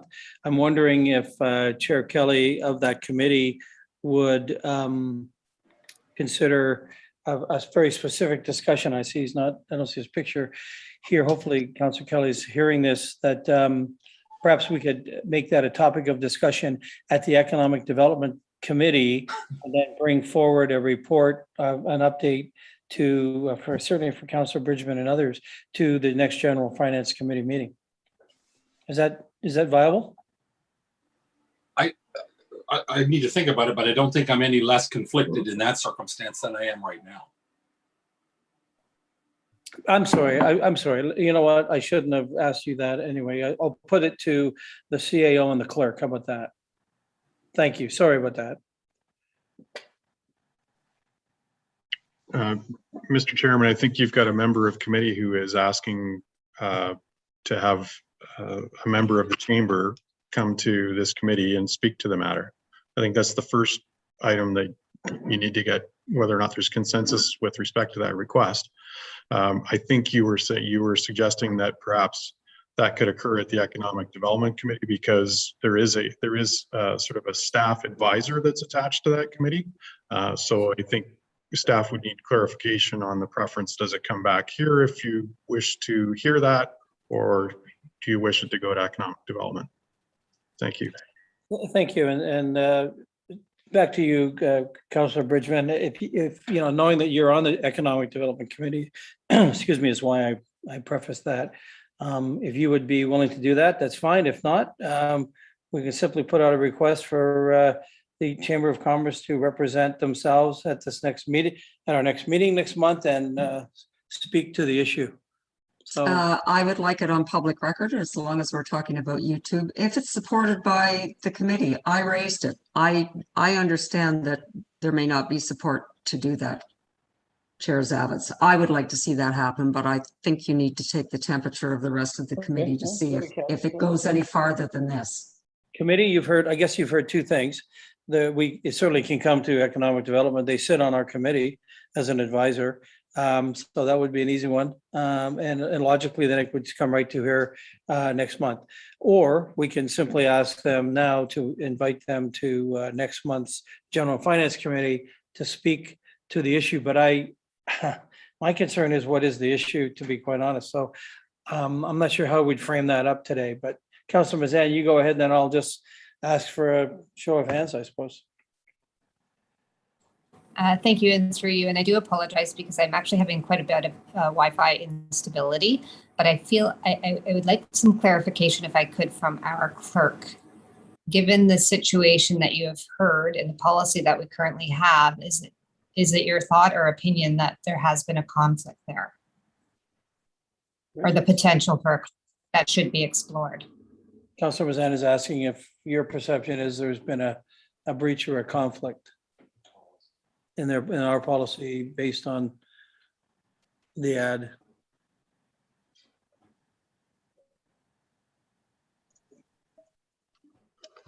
So we have to, through you, thank you for the question. We need to be careful to keep our election and the role of the returning officer and the deputy returning officer and the role of clerk in the election separate from our council and committee proceedings, just for that. I did indicate that I'd be looking at this and following up with it, but I don't think it would be fair in a council or a committee meeting to put that before this committee at this time. I will be looking at it, and I ensure committee of that. Thank you. Okay. Councillor Jaglos, and we'll move on. Thank you, Chair. I think the problem we have now is that it's out of the bag. It's been discussed publicly, so I think it has to be dealt with. And I would favor a staff report coming from the CAO to address the subject, and whether or not the CAO thought that a member from that group should be present or not, I would think I would leave that at their discretion. But I think that a member of council has raised the issue under new business. I think staff should look at it and come back and advise us as to the position or what has been worked out. That would be my suggestion anyway. Thank you. So we do have a policy, and I think it's a matter of simply of how the Township of Muskoka Lakes interprets that policy. So, you know, I'm not seeing here and now where anyone is suggesting that the chamber is in breach of their arrangement with us. And if we're going to invite them to come next month, I'd sure like to know what we'd like to ask them. So I'm going to let the mayor and then maybe just ask you what you want to do. Thank you, Mr. Chair. You know, and I appreciate Councillor Bridgman's concerns. And where it goes, I think our clerk's department is now keenly aware of to look into, is there a breach from a legislative perspective or not? And they would certainly chime in if there was. I think the one ask Councillor Bridgman asked was that the executive director of the chamber come and speak to this committee. Chair Zavitz brought up the fact that maybe it's more appropriate to come to our Economic Development Committee. It can be a little more informal discussion. I don't believe right now we need staff to take their time to write a report and go back to us. We've got a lot of other business going on. I think it is appropriate through our chair of economic development, to reach out to the chamber to come in and have a little discussion at that particular forum. If we needed to come back up to the committee from there, it will do so and will be dealt with appropriately at time. I think Councillor Jagla said the cat's out of the bag. I mean, there's lots of discussion. I'm sure the chamber is going to be well aware of this whole discussion. They may preemptively issue a statement or comment perspective, but I'd like to see it happen, I think, at Economic Development Committee, and then can move forward. Thank you. Councillor Bridgman? Not to prolong this, but I don't think that Chair Kelly, it feels he can even do that. So, and I get that he's in a conflict of interest. So I think you just need to see if you've got support here for this, and perhaps it stays with our clerk, and to see if it is legal or not. And that's really the question I was looking for. And perhaps at economic development, I could actually ask Nora what the policies are. I can do that on an informal basis at that committee meeting. So fair enough. And that's my suggestion, to sort of take this somewhere. And we have a deputy chair as well, I believe, who is Chair Mazan. It's becoming a very common term these days. I would believe that, am I right to assume protocol would be that it could be discussed, Peter would step aside, the deputy. Conflicts, should questions around those should be directed to the integrity commissioner. I would just. Yeah. Okay. Well, so we've heard from the clerk that she's certainly on the trail. So I do anticipate hearing something back from her. Councillor Bridgman, I'm going to look at you and ask you if you're comfortable enough that we'll find a way at economic development later this month, by month's end, to bring this to the fore there and have that discussion about it. And then, of course, it will come to, ultimately will then come to GNF this meeting next month, and it will have its air time, which I think is what you're looking for. Am I right? No, I just want to make sure that everything's on side. So I am good with, I think I said I'm good with our clerk looking at it. Good. And then I am good with questioning, just asking the executive director in our economic development committee meeting. And then if I'm still unhappy, you'll probably hear from me again. So how's that? Thank you. Thank you for that. Thank you for that. Councillor Hayes, go ahead, and then we'll. Thank you. Through you. Would it be possible to have the executive director attend the development committee after the clerk does her research and lets us know whether it's on site or not? Okay. Go ahead. So I just want to clarify my earlier comments. So it's important that we keep the role of the DRO and the returning officer, the deputy returning officer and the returning officer, and any investigations that happen or any roles under the Municipal Elections Act, all of that is separate from the direction of council. And so council and committee, there would not be a report back to council and committee in this instance. But I would like to remind all members of council, all members of committee, any person in the public who is watching this, that if there are complaints that any elections act, any policies, anything has been breached, to direct them to my attention, and those will be looked at and dealt with a process outside from the current sitting council.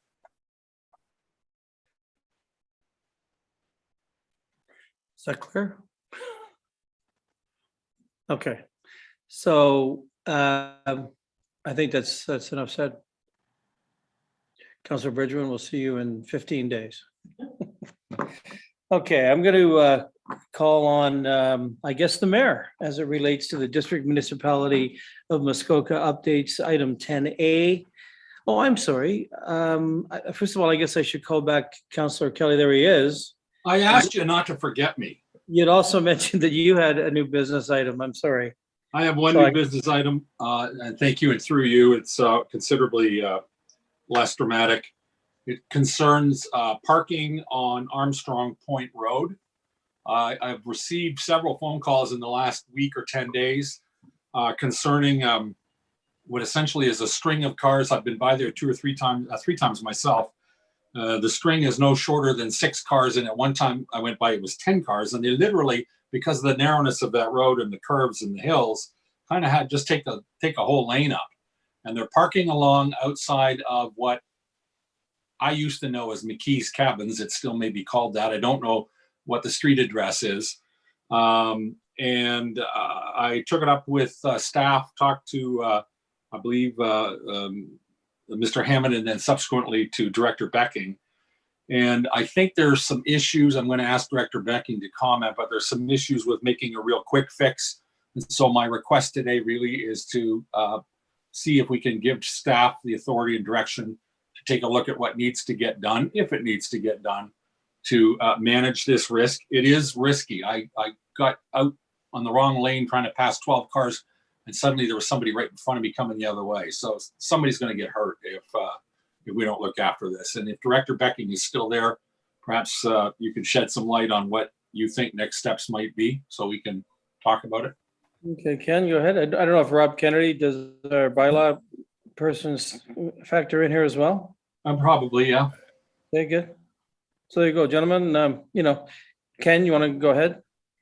Thank you, Mr. Chairman. The councillor did bring the matter to my attention. I think it's appropriate that that a technical review be undertaken, and that the findings come forward to committee. As part of that, we'll also consult with the public so that everyone is in the loop in terms of what's going on and what's being proposed. Okay, Robbie, I'm going to give you an opportunity to have any observations or. Yeah, through the chair. Yeah. Sorry, all I can really confirm is that we have received a number of complaints in front of that particular address that Councillor Kelly has talked about. So at this time, based on the parking bylaw, there is nothing that we can actually do to remove these vehicles or even ticket these vehicles. So as Director Becking has already confirmed, we can take a look at possible amendments to the parking bylaw to mitigate the situation. But I will leave it to the director to do stuff like that. Thank you. Okay, good. Thank you. So I wonder if this is the will of this committee to get involved very specifically, again, at this particular address. It does seem that there are these kinds of challenges throughout the township. This is but one. So committee, I would look to you, Councillor Nishikawa.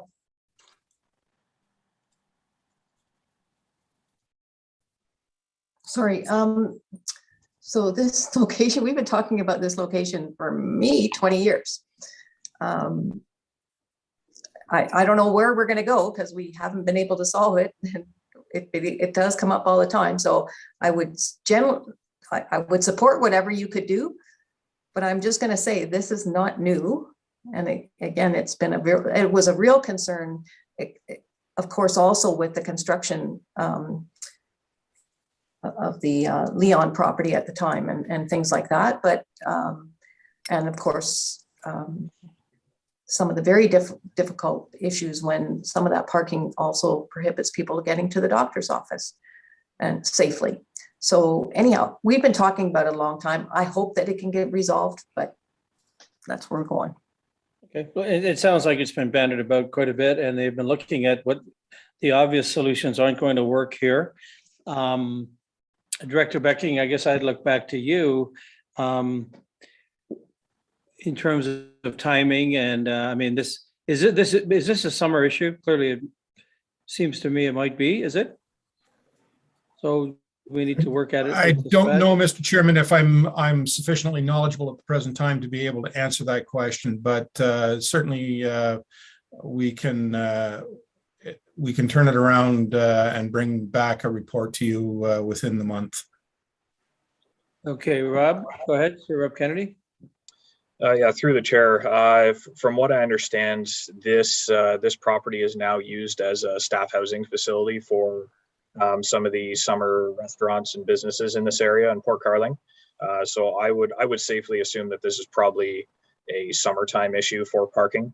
I think that the simplest fix, in my opinion, would just be that no parking signs are put up, and the schedule amended in the parking bylaw to add that to the no parking schedule. And then that would prevent cars from parking on that area of Armstrong Point Road. But again, the director will be the best guy to deal with that situation. Ken, how does that feel to you as a response? I'll commit to looking into it and bringing back a report, Mr. Chairman. Okay, good. So committee, I'm looking at you now. Is that what we want to do here is let the Director of Public Works move ahead with some sort of report that we'll come back with in the month of July. Thumbs up. There we go. Thumbs up. Thumbs up. Okay, good. That's what we'll do. Councilor Nishikawa, I don't want to cut you off. If you had something more to add. Okay, your hands down. Good. Okay, thank you.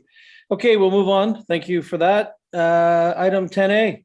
Mayor Harding, I'll let you speak to the District Municipality of Muskoka updates, please.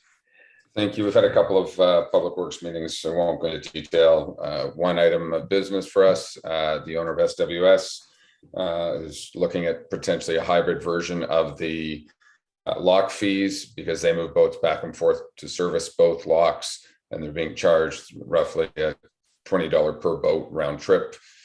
So the district's looking at some options for them. Bin site transition continues to be ongoing. We've had a delay in having to implement everything, but we're still trying to push forward and making things happen. We're just delaying the inevitable at the end of the day, and a lot of Muskoka Lakes has been taken care of. So moving forward to that. What else? A bunch of contract awards, nothing really significant for Township Muskoka Lakes. The only last item we did have was a presentation from the last 8 years of engineering and public works. Last week was Commissioner Jan's retirement, and talked about a lot of the stuff that we've done over those years. Just to put things in perspective, we have about $4 billion worth of assets in engineering and public works. That includes 18 water and wastewater plants. So a lot of work goes on through the committee. And the one word that I spoke to at district council and also at Fred's retirement is that of empowerment.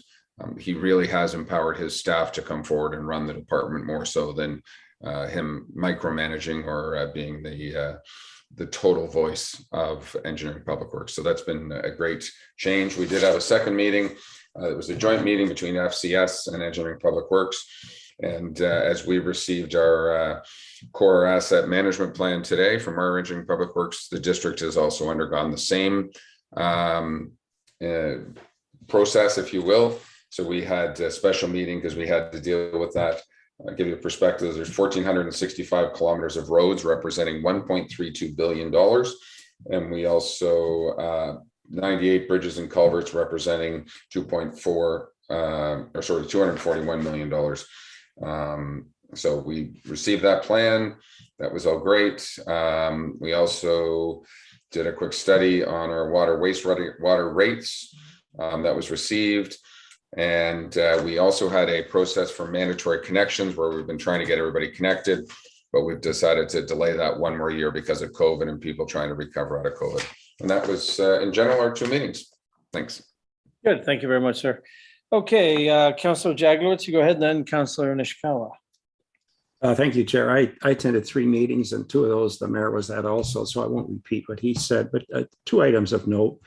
The first one was that council did authorize the beginning work on the Fairvern long-term care home. They authorized $2 million in land work to start that project off, so that's moving ahead. The second item, and the mayor alluded to it when the asset management came forward to a joint committee, I was interested in how they addressed the size of the reserve funds that should be in place to fund that. And was staff's opinion that the policy was that between 1% and 4% of the replacement value of district assets should be held in reserve funds. And so that's something that our staff might look at whether that's appropriate. And I believe the district's somewhere in the 2.5% range. So because we'll have to deal with that when we get our huge list of those assets. So that's my report. Okay, thank you so much. Okay, Councilor Nishikawa, go ahead. Well, ultimately, in health services, we had a Fairburn update. So it's still transitioning from a private home to a district home and all of the other things. There's an awful lot involved with that. We also had a presentation of our community safety well-being plan. I encourage everyone to go and look at that on our district website, and further discussions about the design of our Port Carling paramedic station. And I will be one of the members that will be sitting on that design team. West Muskoka, changes to the West Muskoka paramedic stations. We'll have, it'll be interesting to see how this all rolls out, because in fact, McTier will be not have received this current service that they have. They're readjusting that. And then, and mostly down in the Port Severn area. That's all I'm going to suggest. It again, that people go on the website and have further understanding. There, of course, was another presentation done as well about our hospice locations. And it's always about funding, right? Always trying to get the province to give us funding. So that's all I have to say. Good, thank you. Okay, given that, item 11 on our agenda today is items A through N, general correspondence that was received and is a matter of public record. You heard earlier how we'll be handling that in the future. Items A through N, committee, any thoughts, comments on that discussion? Okay, good, thank you. Okay, there's no closed session. I have a motion to read. Moved by Councillor Kelly, seconded by Councillor Jaglor. It's be resolved that this meeting adjourn at 12:40 p.m. And the next regular meeting of the General Finance Committee will be held on Wednesday, July 13th, 2022 at 9 a.m. or at the call of the chair electronically from the council chambers, municipal office in Port Carling, Ontario. All those in favor?